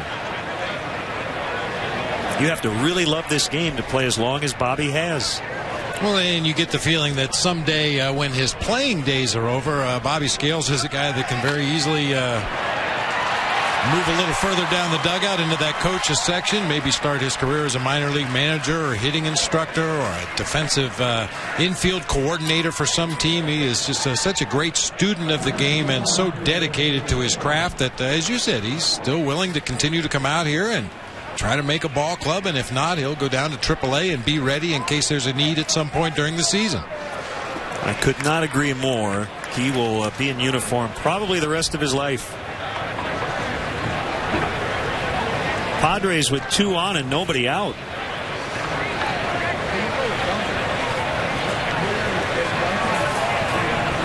First at bat for Guzman. Runner goes Cunningham, and Ramirez not even able to make a throw. It's a stolen base.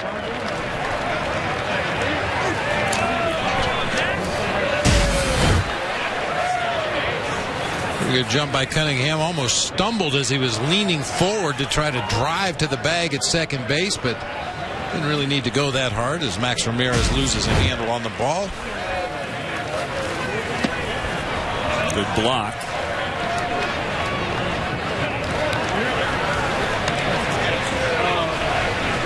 I wanted to mention Angel Guzman. We will not see him in a Cactus League game, but coming back from major, with a capital M, shoulder surgery. Has been throwing to hitters, throwing BP. And what a comeback story that would be if he can get all the way back.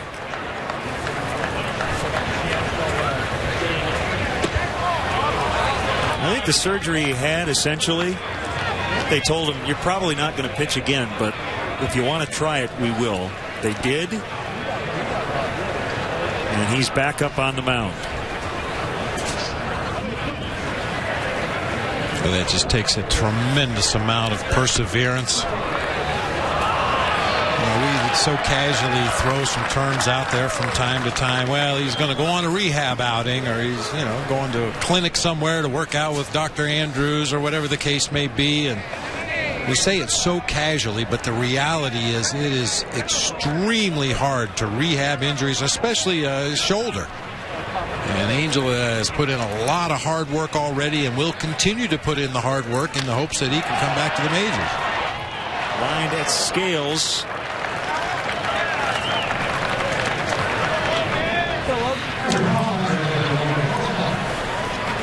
We have had a taco in a bag delivered to the booth. There's no tortilla or shell of any kind. They just cut out a small Doritos bag. There's a taco in there. Taco fixings. Yeah. It's hot. So Mark Grant says we have to try it, right? Well, he said you had to try it. I'm not going to try it. You try it. I'll try it during the break. I think it would be rude to eat while calling play-by-play. Well, then I'll finish the pizza.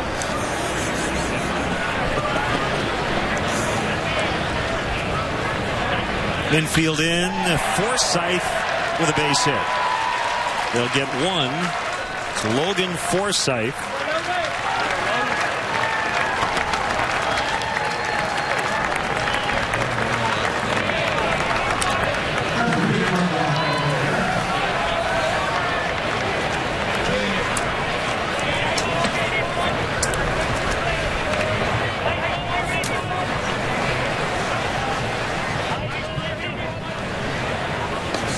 Everth Cabrera.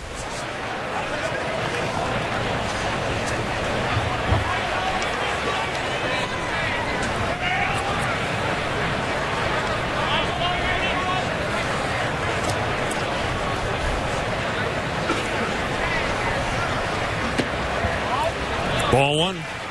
You know, Lane, you get the feeling that this is going to be a typical Padres inning throughout the regular season. We talked earlier about the absence of Adrian Gonzalez, a major source of power in the middle of this Padres lineup, and you get the feeling in order for them to score runs, they're going to have to do exactly what they've done in this inning. String together some base hits, maybe steal a base, be aggressive going first to third on a hit to the outfield. And that's the kind of baseball Bud Black enjoys managing. I really think he's perfectly suited, not only for his team, but for that ballpark. That's the kind of baseball he learned as a pitching coach under Mike Scioscia in Anaheim. Aggressive base running, try to string together some hits, rely on your pitching and your defense. Speaking of base running, had a shot of Dave Roberts at first base, their first base coach, with one of the biggest stolen bases in Boston Red Sox postseason history. Just great to see him back in uniform, coming back from a battle with cancer as Cabrera walks.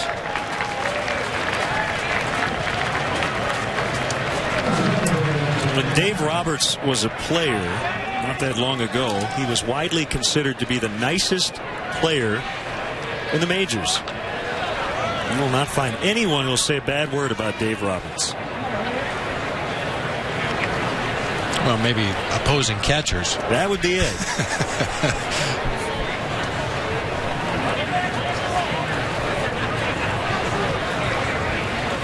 The bullpen coach Darrell Ackerfelds has been getting cancer treatments. Hall of Famer Tony Gwynn, recently battling cancer. And then Glenn Hoffman, the third base coach, early in spring training, got hit in the head in a bizarre fungo bat incident. He and Brad Ausmus, who's now in the team's front office, were hitting grounders. Ausmus let go of his bat inadvertently. It hit Hoffman's bat, which struck him in the head. Jeez. He was down for about 5 minutes, did not lose consciousness. And that's not all. Rick Renteria, their bench coach, had to have surgery to fix the maxillary bone. That's right above your mouth. He got smoked by a line drive in BP. It's really amazing, Len, that it doesn't happen more often. You know, we're very fortunate we get to come to the ballpark every day and watch the pregame workouts. And, I mean, there are baseballs flying everywhere. There's live batting practice going on. You got coaches hitting fly balls to the outfielders, coaches hitting ground balls to the infielders, and infielders are throwing to the bases. I mean, there's baseballs flying all over the place. You really have to have a handle on the timing of those pregame workouts to keep everybody safe, and occasionally it gets a little out of whack. Chase Headley with a high fly ball. It's going to get way out for a grand slam. It's his first homer of the spring, and it plates 4.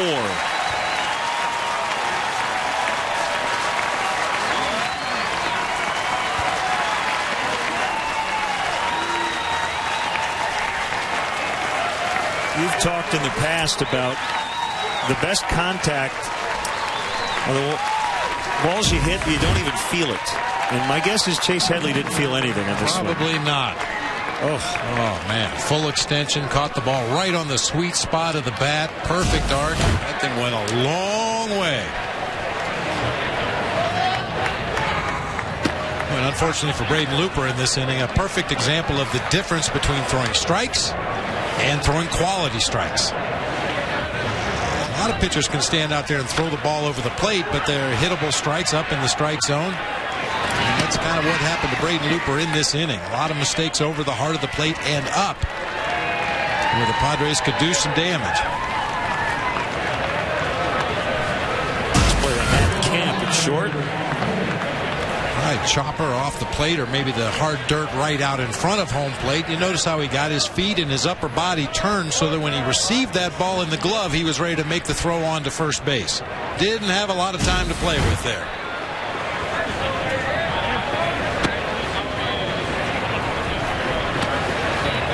Well, we've seen some really good starting pitching performances from the Cubs this spring. Carlos Zambrano struggled yesterday. Carlos Silva at his worst outing. Garza struggling today. Now Braden Looper has given up a couple home runs here in the 6th inning. That's Maben.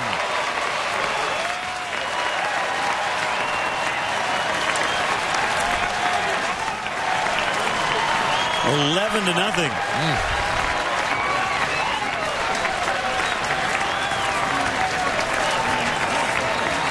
Well, the good news is come April 1st, nobody will remember this game. We hope. Once again, for Braden Looper, look at the location on that pitch. Upper part of the thighs, right in the middle of the plate. It's a strike, but it's a very hittable strike.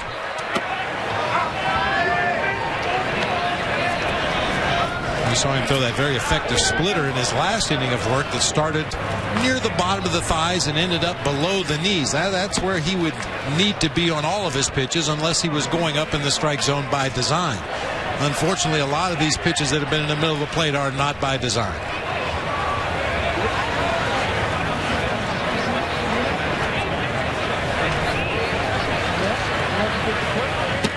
There's a good one.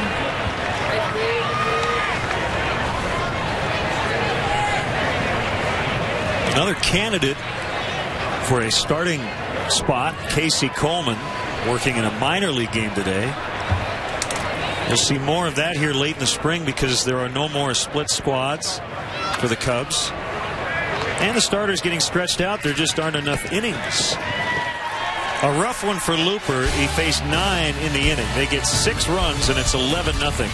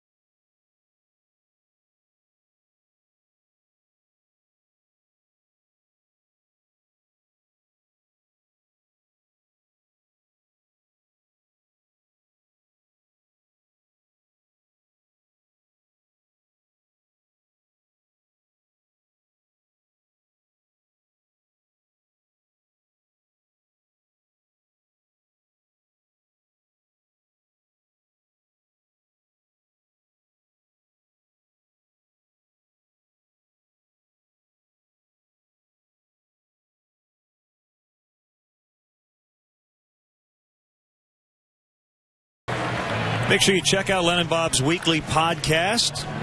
We started recording 2011 podcasts at the beginning of spring training. We'll be recording a new one after the game today. Should be available by Monday at WGNTV.com. We've been talking a lot about the various social media, how to get a hold of friends and family and strangers in some instances. I've got the old-fashioned kind here. Got a note from a family down in the stands here. George, Vicky, and Alexandra want to send best wishes to their dad, George Miskevich, celebrating his 59th birthday. Also, get well wishes to Mom, Virginia. So George, Vicky, and Alexandra want to say hi to Mom and Dad. And they didn't tweet it. They wrote it down on a piece of paper.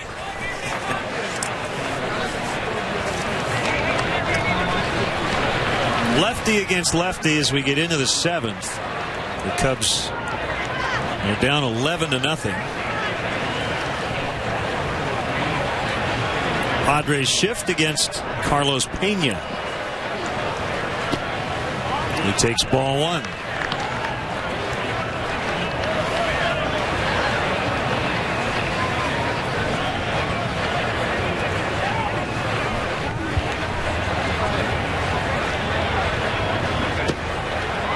Pretty neat story, Bob. The Kyoto News out of Japan reporting that Ichiro Suzuki is donating 100 million yen, the equivalent of $1.24 million, to the Japanese Red Cross for the earthquake and tsunami relief efforts in Japan. Outstanding gesture on the part of Ichiro. That's obviously direly needed at this point in Japan. What a horrific tragedy. I had read, and it's been a few days, and with these tragedies, things change very quickly. Some conversations about if and when they will start the baseball season in Japan. I don't know which ballparks and how many have been affected, but there are two ways to look at it. Some people may say, well, why would you even consider trying to start a baseball season with your country going through the crisis Japan is going through? The other side of it, and you can speak very directly to this experience after 9/11, baseball was very important in this country. Well, I've said it many times in the past. I had never been more proud to be a member of Major League Baseball than I was after September 11th. That entire resumption of the season and then into the postseason and the World Series. A lot of people needed that. We take our jobs very seriously. The players take their jobs very seriously. But the reality is baseball is entertainment. It's a distraction. It's something to take your mind off your day-to-day problems. And certainly at that time in our country's history, it was really needed. And just to be a small part of that, it made me very proud to be a member of the baseball community.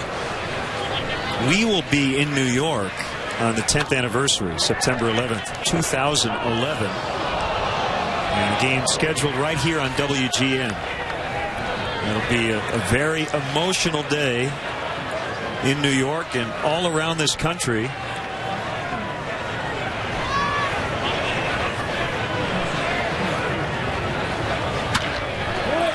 Double play ball. Everth Cabrera will go 6-3.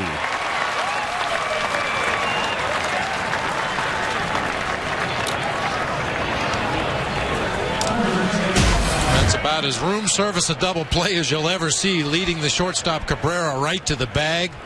Takes his time, made sure he had a good grip on the baseball after stepping on the bag a second, and turns it into an easy double play.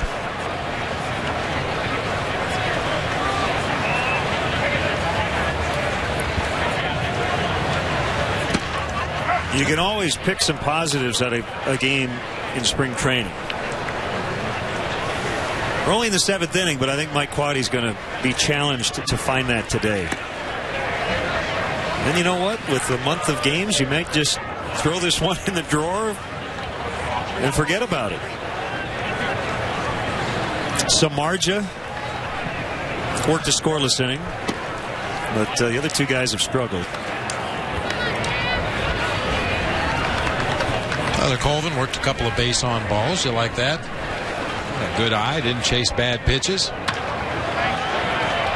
the glove of Cabrera.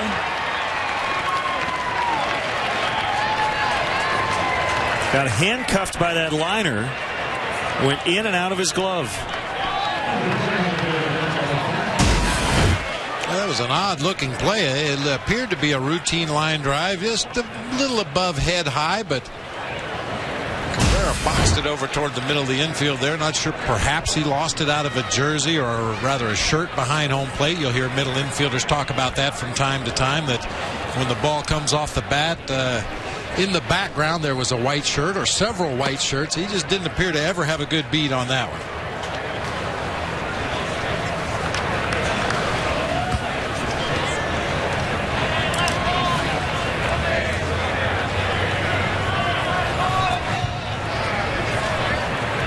Not put up the scoring decision on the board, but it's got to be an error. Hit hard, but right at him.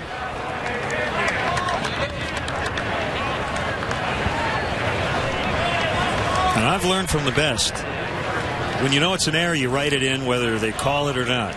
Because even if they don't call it the way you know it's going to be called, they eventually change it. Easy play for Noel, maybe not.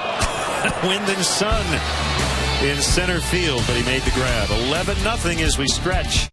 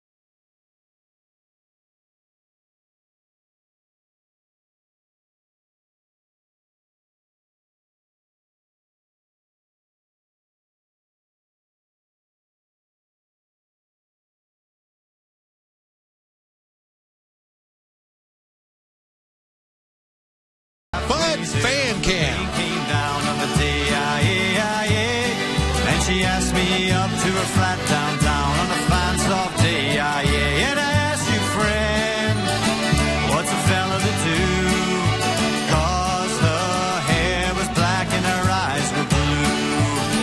So I took her hand and I gave it a twirl, and I lost my heart to a Galway girl.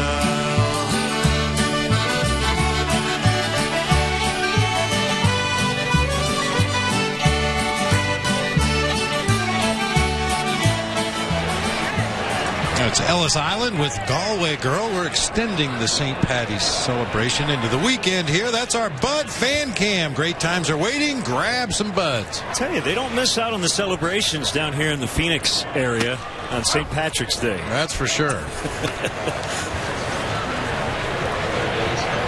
Right-hander Jeff Stevens. 0-1 pitch to Oscar Salazar. Got away. 1 ball, 1 strike. Stevens has been good here this spring.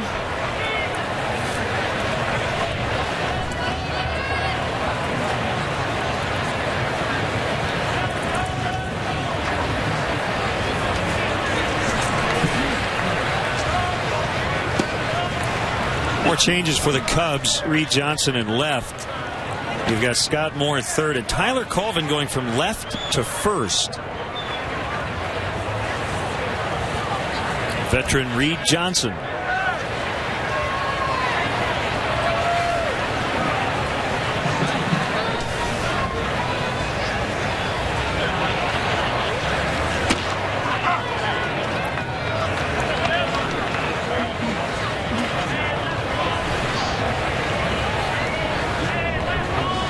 How many times I see it, it always looks funny the way Jeff Stevens follows through. He comes down on that left foot.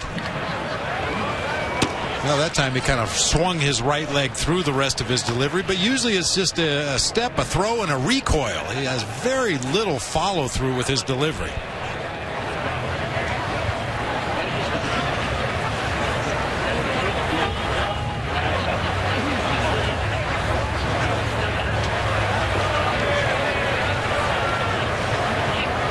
Three-two pitch, ball 4.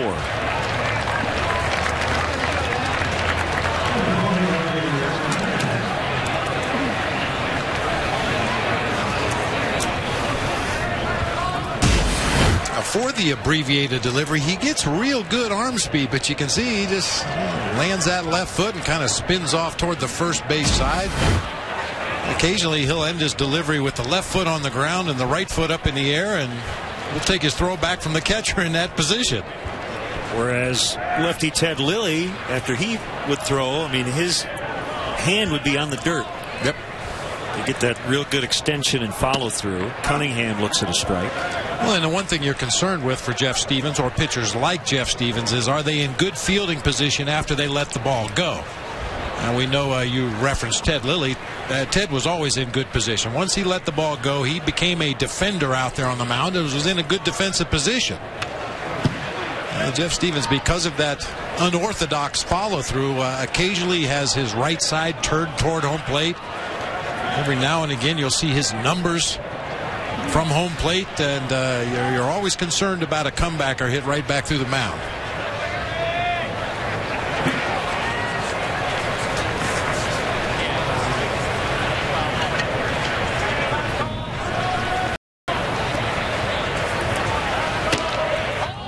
Outside, Stevens came over in the Mark DeRosa deal with the Cleveland Indians.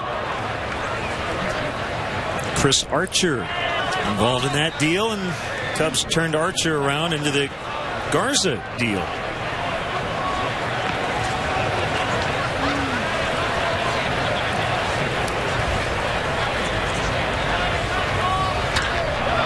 Fly ball to deep center. Fernando Perez plays this one off the padding, gets away from him briefly. Salazar's going to be sent by Glenn Hoffman, and the Padres have their second triple in this game. We saw Fernando Perez play a ball poorly earlier in the game. That first triple by Eric Patterson, and once again gets a little bit too close to the wall. This time he does hit the brakes, but just can't catch that ball as it ricochets back off the wall. That's actually going to be ruled a double and an error on Perez in center field, allowing Cunningham to move all the way to third base.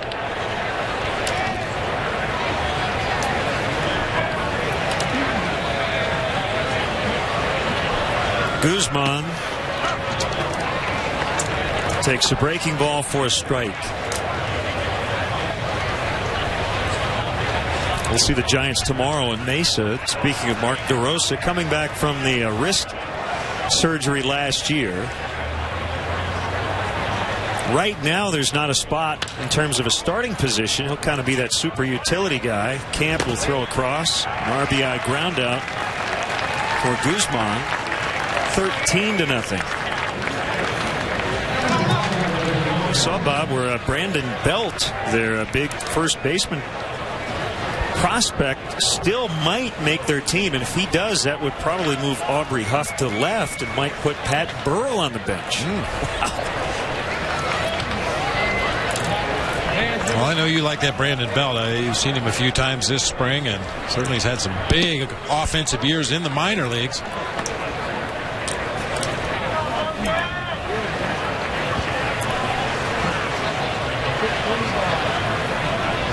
Big news yesterday around baseball. The Mets decided to eat, I think, $6 million of Luis Castillo's contract. I think they're reading about that right now. Can you believe it?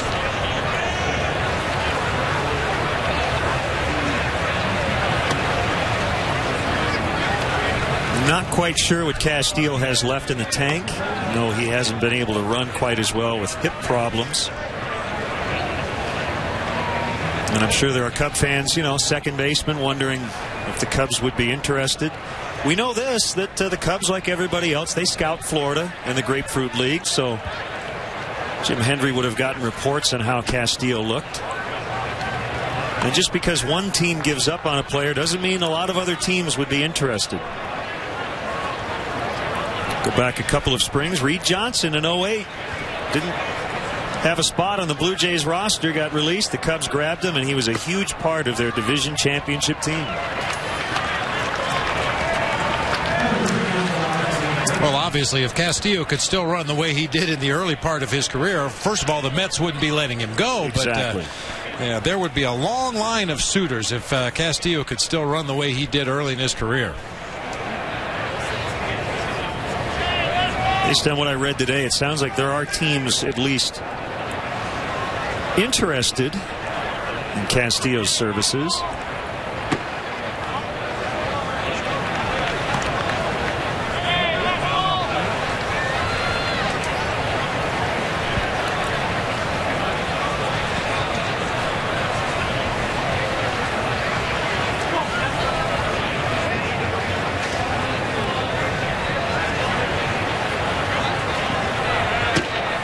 That's a strike to Cabrera.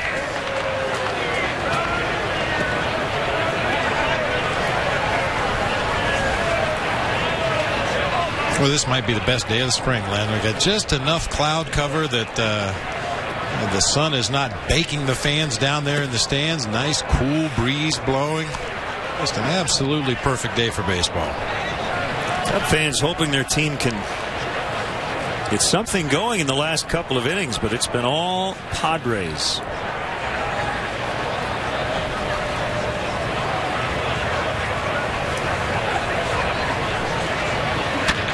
Ground ball, diving stop, Scott Moore from his knees.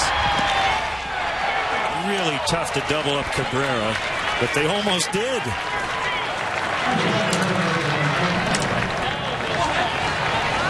Nice play by Scott Moore just to keep that ball out of left field. He was shading the line a little bit and playing a little shallow and had to dive to his left. Threw from his knees onto Bobby Scales, who tried to complete the relay, but Cabrera runs extremely well.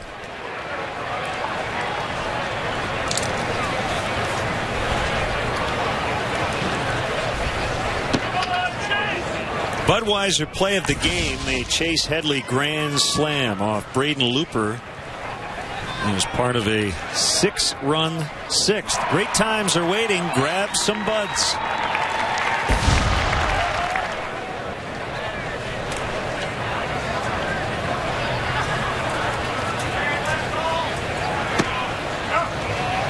Outside corner and a strike. Well, it is spring training, and even if Everth Cabrera wanted to try to steal a base, you just don't do it when it's 13-0. No. You were wagging your index fingers. I was going into that. That's why they're not holding him on.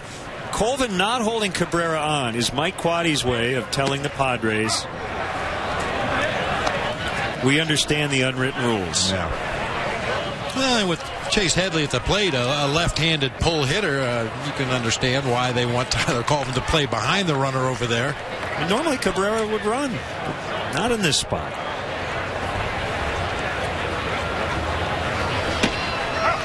Called strike 3.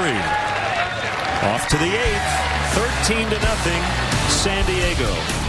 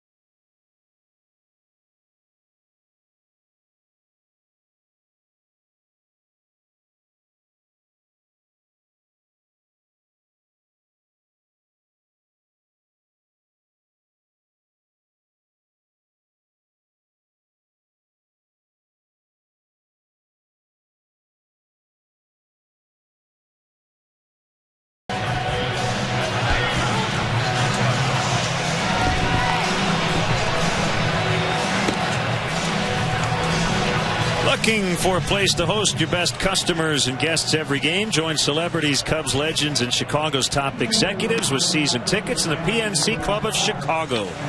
Your membership includes high-end catering, a top-shelf bar, and VIP parking. Climate-controlled seating guarantees your comfort any time of year. For info, contact the Premier Sales team at 773-404-4200 or Cubs.com/suites.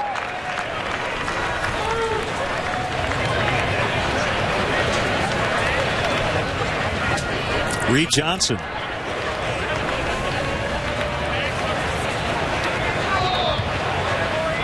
Hitting .188, but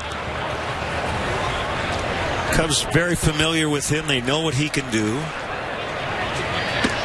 I had to handicap it right now, I think there's a very good chance he's going to make this club.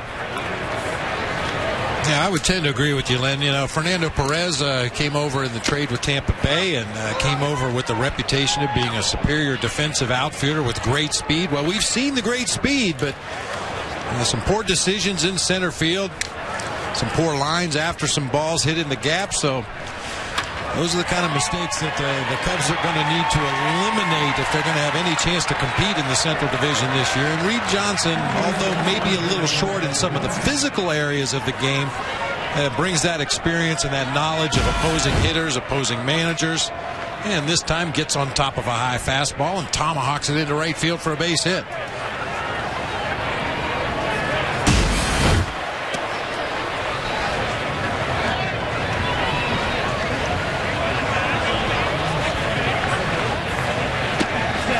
Dome takes a strike from Lutke.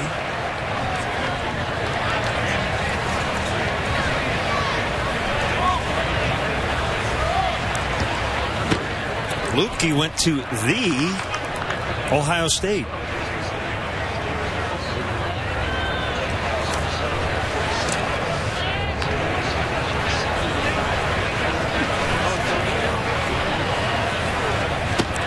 Swing and a miss, 1-2. Can you explain the in front of Ohio State? Why do they say it that way? And Spartans don't say the Michigan State, but Ohio State Buckeyes it. I don't have an explanation for it. I just know that's the way it's always been. It's probably so they didn't get confused with the real Institute of Higher Education in the state of Ohio, that being Ohio University. Ground ball, backhanded, bobbled. Everybody safe.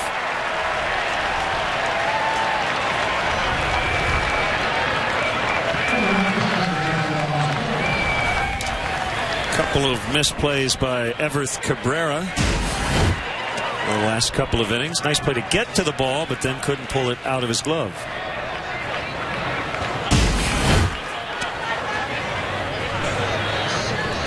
Be another error on Cabrera, one because he couldn't keep the ball in his glove, and the other because he couldn't get it out of the glove.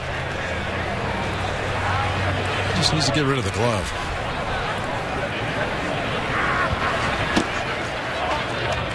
And that happens from time to time. I've seen infielders after a rough day defensively go in the clubhouse and take a bat and beat on their glove to punish it for having a bad day. Throw it in the back of the locker, ignore it until the next day. 2-0 to Bobby Scales. 10,737 in the ballpark.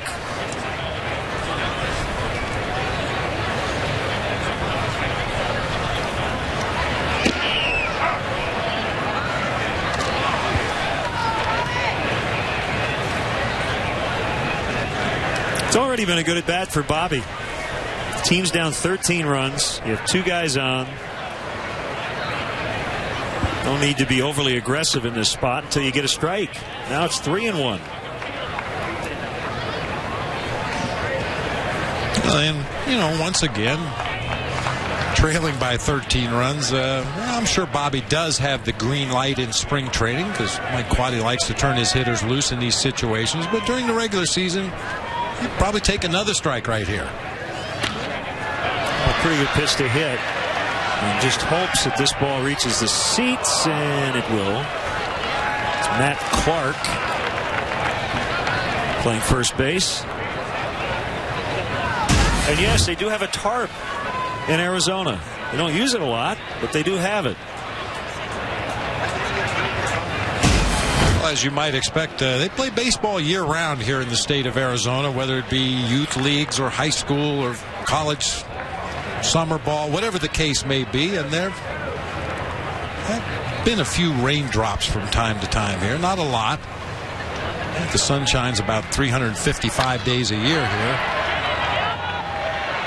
And it'll be caught by Danny Payne, now playing left. Speaking of college ball, Bob, we were in surprise. Cubs and the Royals a couple of weeks ago, and after the game, Northern Illinois played Arizona State. Which is pretty neat. Yep. Although they've cooled down those aluminum bats this year. Oh, they have? Yeah. I was talking to some scouts that told me to watch for the Friday night scores in NCAA baseball. Friday night is usually the night you'll see two teams' aces match up.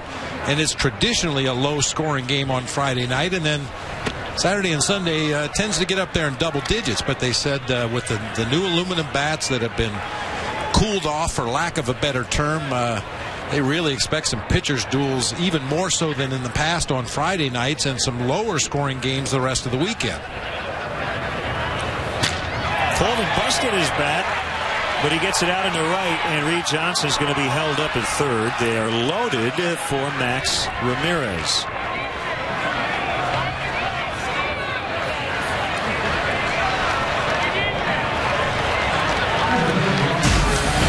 The bat died a hero. Well, Coleman, as I mentioned earlier, a couple walks on the day, now gets a pitch down and out over the plate, and even though he breaks his bat from his time at Camp Colvin, putting on a little extra bulk, a little extra strength, he's able to muscle that one out into right field for a base hit to load him up.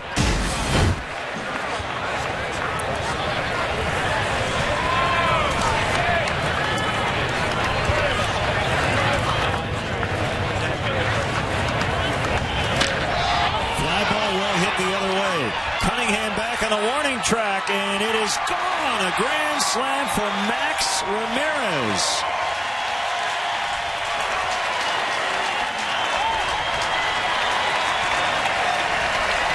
Cubs on the board in a big way. Each team now with a grand slam in this one.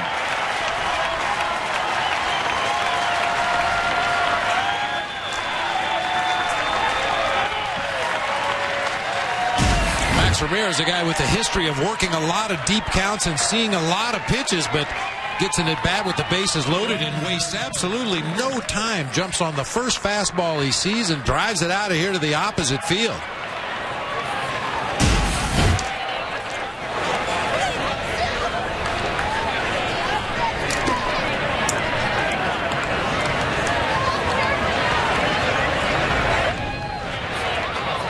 Two more of those and we're right back in it.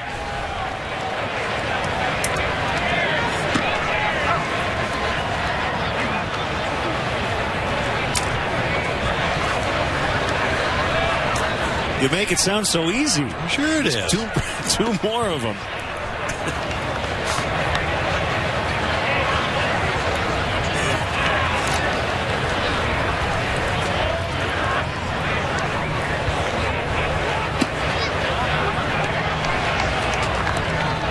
Three and one to Scott Moore.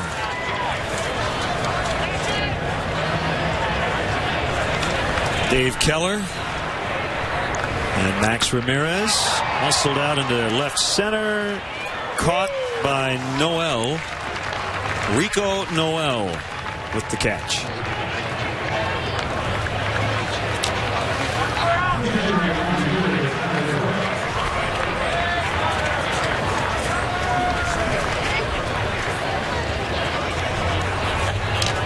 Outfielder Kyler Burke in a pinch hitting role.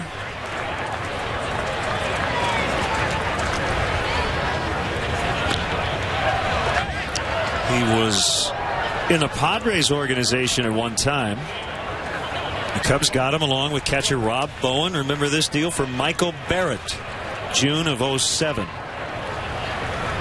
Burke was the Cubs minor league player of the year in 2009. Last year, spent the year at Single A Daytona and struggled offensively, hit just .212 in 135 games. 0-2 the count. I know some other guys that played on that Daytona team, and I was told that Kyler Burke had an entire season of hitting into tough luck. Now, it may seem like excuse making, but I had the great fortune of seeing some games down in Daytona last year, and I would concur. I don't know if it lasted all year, but I was down at Daytona for a week, and I saw Kyler Burke hit more balls on the button than any other player, and had very little to show for it. And sometimes that's just the nature of the game of baseball. And that is a pitcher's league. Yep. Fastball just missed. 2-2. Line out to second base, a deep fly ball to center field with the wind blowing in, a hard ground ball that somebody would dive and roll over and jump to their feet and throw you out at first base. Well, talking to his teammates, they said that it went on the entire season. He hit .303 in the Midwest League for Peoria the year before.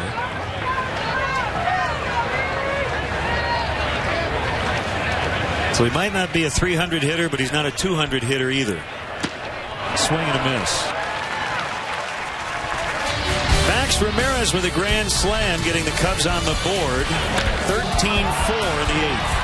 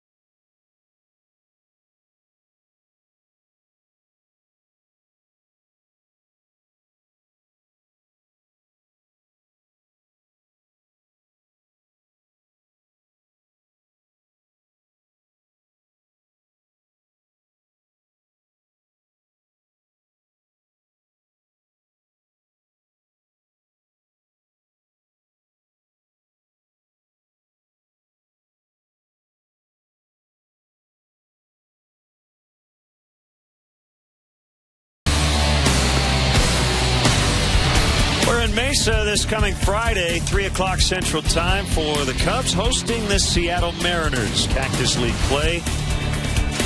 And when we greet you on Friday, we will be exactly 1 week away from opening day.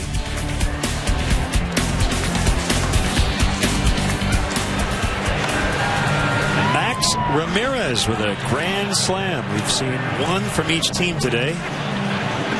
He's now working with hard-throwing lefty Scott Maine. Pretty intriguing guy. He kind of came out of nowhere last year. Cubs brought him up from AAA. A fly under the radar guy, and he was impressive. Scott Maine, it's sneaky quick. His fastball seems to really jump on hitters. They didn't get a lot of good cuts against him last season. A lot of left-handers, we use the term finesse lefties. They try to nibble a little bit and sink the ball and cut the ball. Well, Scott Maine is not going to try to trick anybody. He's going to come right at you.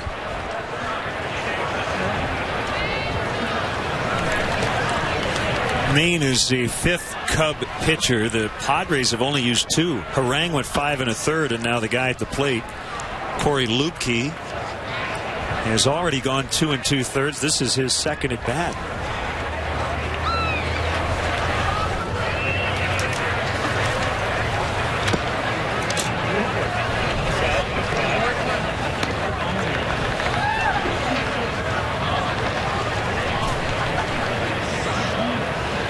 Randy Wells will pitch tomorrow.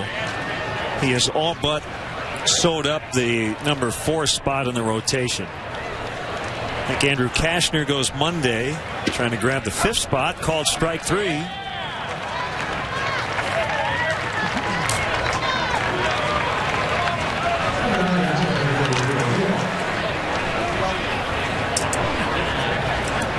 Here's Rico Noel.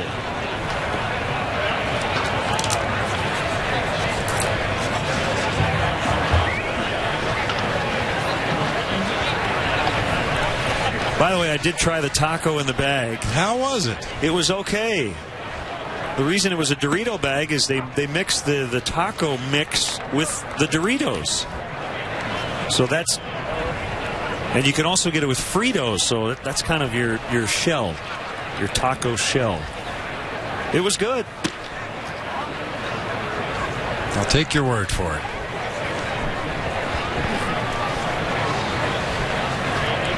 I'm still working on that za. I don't know if they have a pizza in the bag or not. Deep left, and Reed Johnson will just watch it get on the berm. Noel with a home run. You know, Len, we kind of anticipated when we got here today and saw those flags blowing straight out to left center field that it was going to be one of those days. Unfortunately, it's been a bigger day for the Padres offense than for the Cubs. I mentioned Scott Maine is going to challenge. There's a fastball inside part of the plate. You can see Max Ramirez was set up on the outside corner, and a nice quick swing by Noel. A stop. Scott Moore had a little trouble with the exchange, and Colvin couldn't handle the throw. If he had, they would have gotten their man.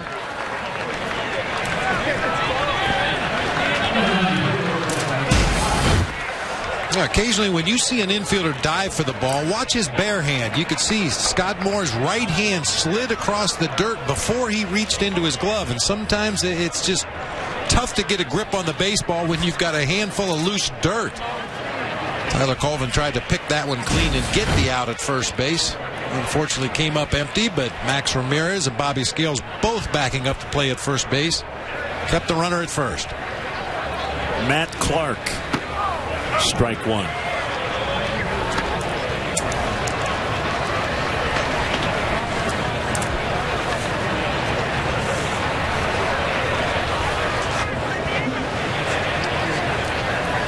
We're talking about the wind here in Peoria today. Len, there was a time that the Padres had spring training in Yuma, Arizona, which very possibly is one of the windiest places on the face of the earth. Right on the border, isn't it? Yeah, and the wind seemed to always blow out to right field in that ballpark down in Yuma. And we had a pitcher with the Giants by the name of Jim Gott, who started a game in Yuma, pitched 4 innings, and went 2 for 2 with 2 home runs to the opposite field. Wow.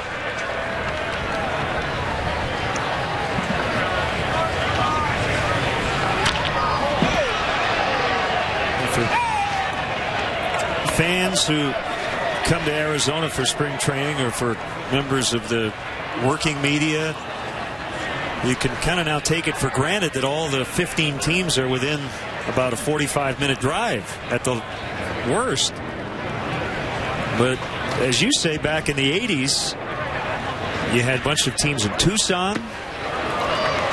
You had the Padres in Yuma as Clark strikes out. And you had the Angels split their time between Tempe and Palm Springs, California. I think about the 15th of the month they would pack their bags and spend 2 weeks in Palm Springs, which is something we all should do every year.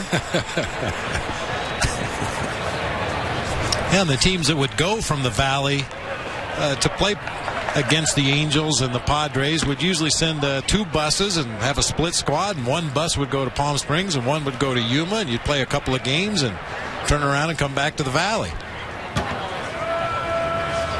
Yeah, it's very convenient. If you're a baseball fan, it's pretty tough to beat the setup they have here in the Valley of the Sun. As you said, 45 minutes, probably the longest trip you'll have to make, and that's going from one extreme to the other. Yeah, that would be Mesa to Surprise. Yeah, most of the teams are within a 10 to 15 minute drive of each other. And that'll get even closer when the Cubs move into their new ballpark in a few years, right at the 202 and the 101. The Mesa Scottsdale border. There'll be about, I would say, within 15 minutes of about 4 or 5 different facilities.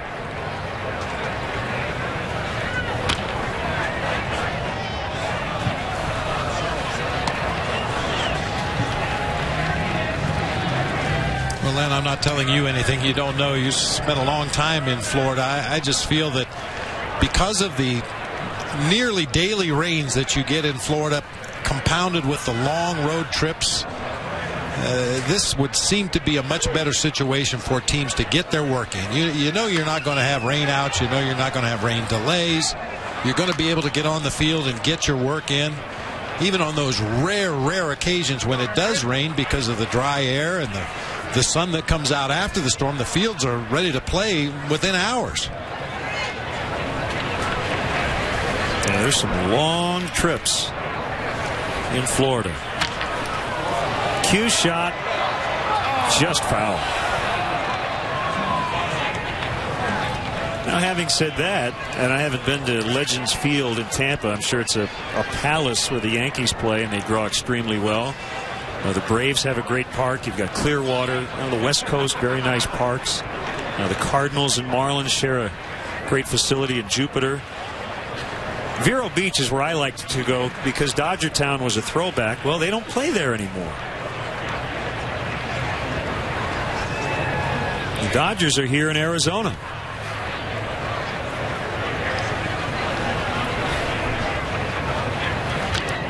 Which I'm sure upset a lot of Dodger purists, but when you think about developing your fan base for the future, certainly a lot easier to make the drive or the short flight from LA over to Phoenix to watch your ball club play in spring training than it would be to go all the way across the country to see them play at Vero Beach.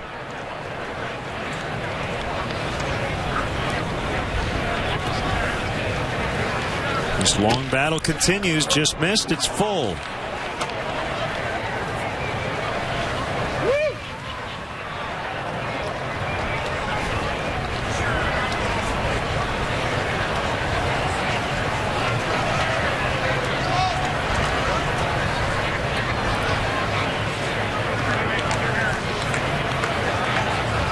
Runner goes in the 3-2 as Cunningham splintered his bat.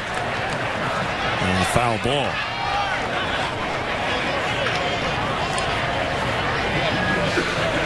You know, when you see a little sliver like that come off the very end of the bat, I'd be willing to bet that that was a cupped bat. We've talked about this many times in the past. You take a regular bat and they drill out an area at the very end of the barrel of the bat just to take a little bit of the weight out of the end and move it more toward the hitting area. And when you get out in front of a pitch as far as Cunningham was that time, the ball actually catches the back part of the cupping on the bat and just tears a splinter right out of the end.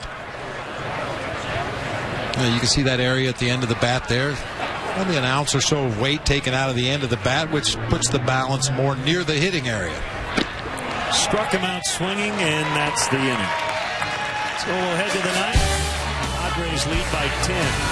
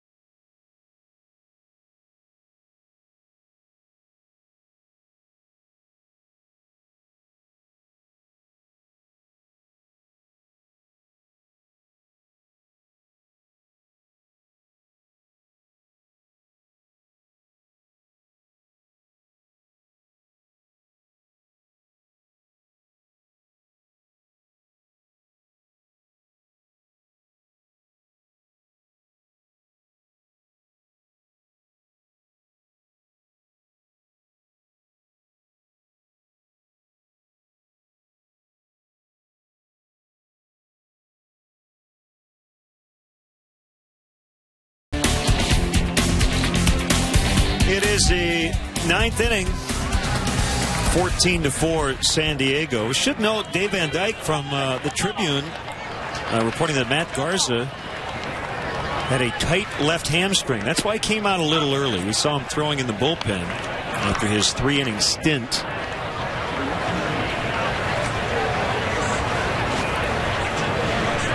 I think it was the landing spot on the mound. Threw 20 more pitches in the bullpen, said his leg was fine, so that's good news.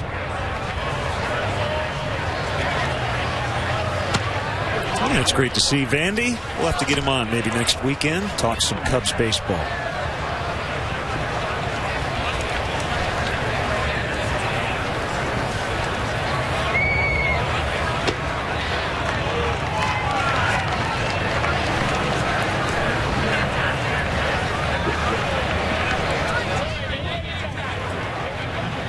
He's allowed 4 runs, 3 earned. He gave up that grand slam to Ramirez earlier. Fly ball left field. Payne has it in fair territory for the out. Perez and Johnson coming up.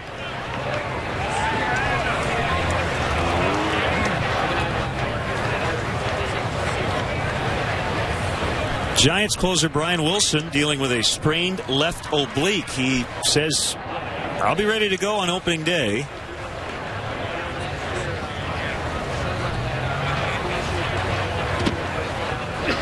Kind of bummed we won't see him tomorrow. He's kind of looking forward to seeing how the beard is going.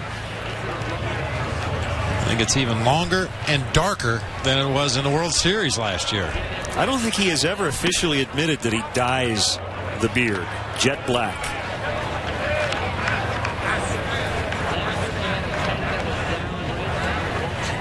Talking about closers, J.J. Putz projected to be the closer for the Arizona Diamondbacks this year, having some injury issues as Perez hits a bullet back to Lubke. Makes a nice play in self-defense right there, keeping that ball out of center field. Fernando did everything he can. He hit it as hard as he could right at Lubke. We didn't have much time to react.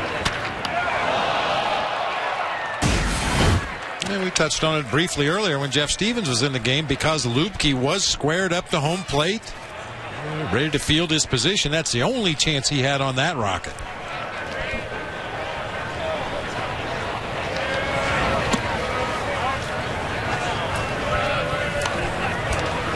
Single and a run for Reed in the 8th.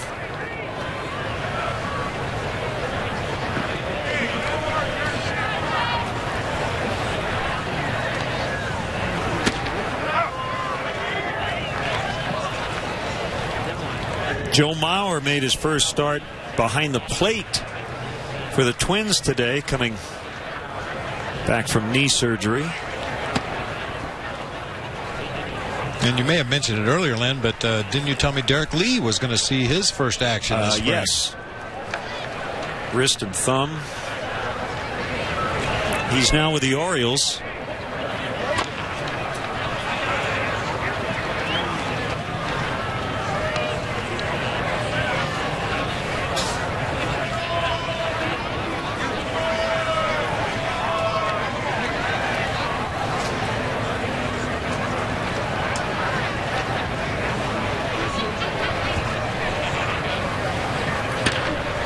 On the right field line, out of play.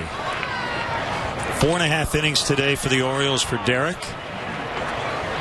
Said his wrist felt great. 0 for 1 with a walk.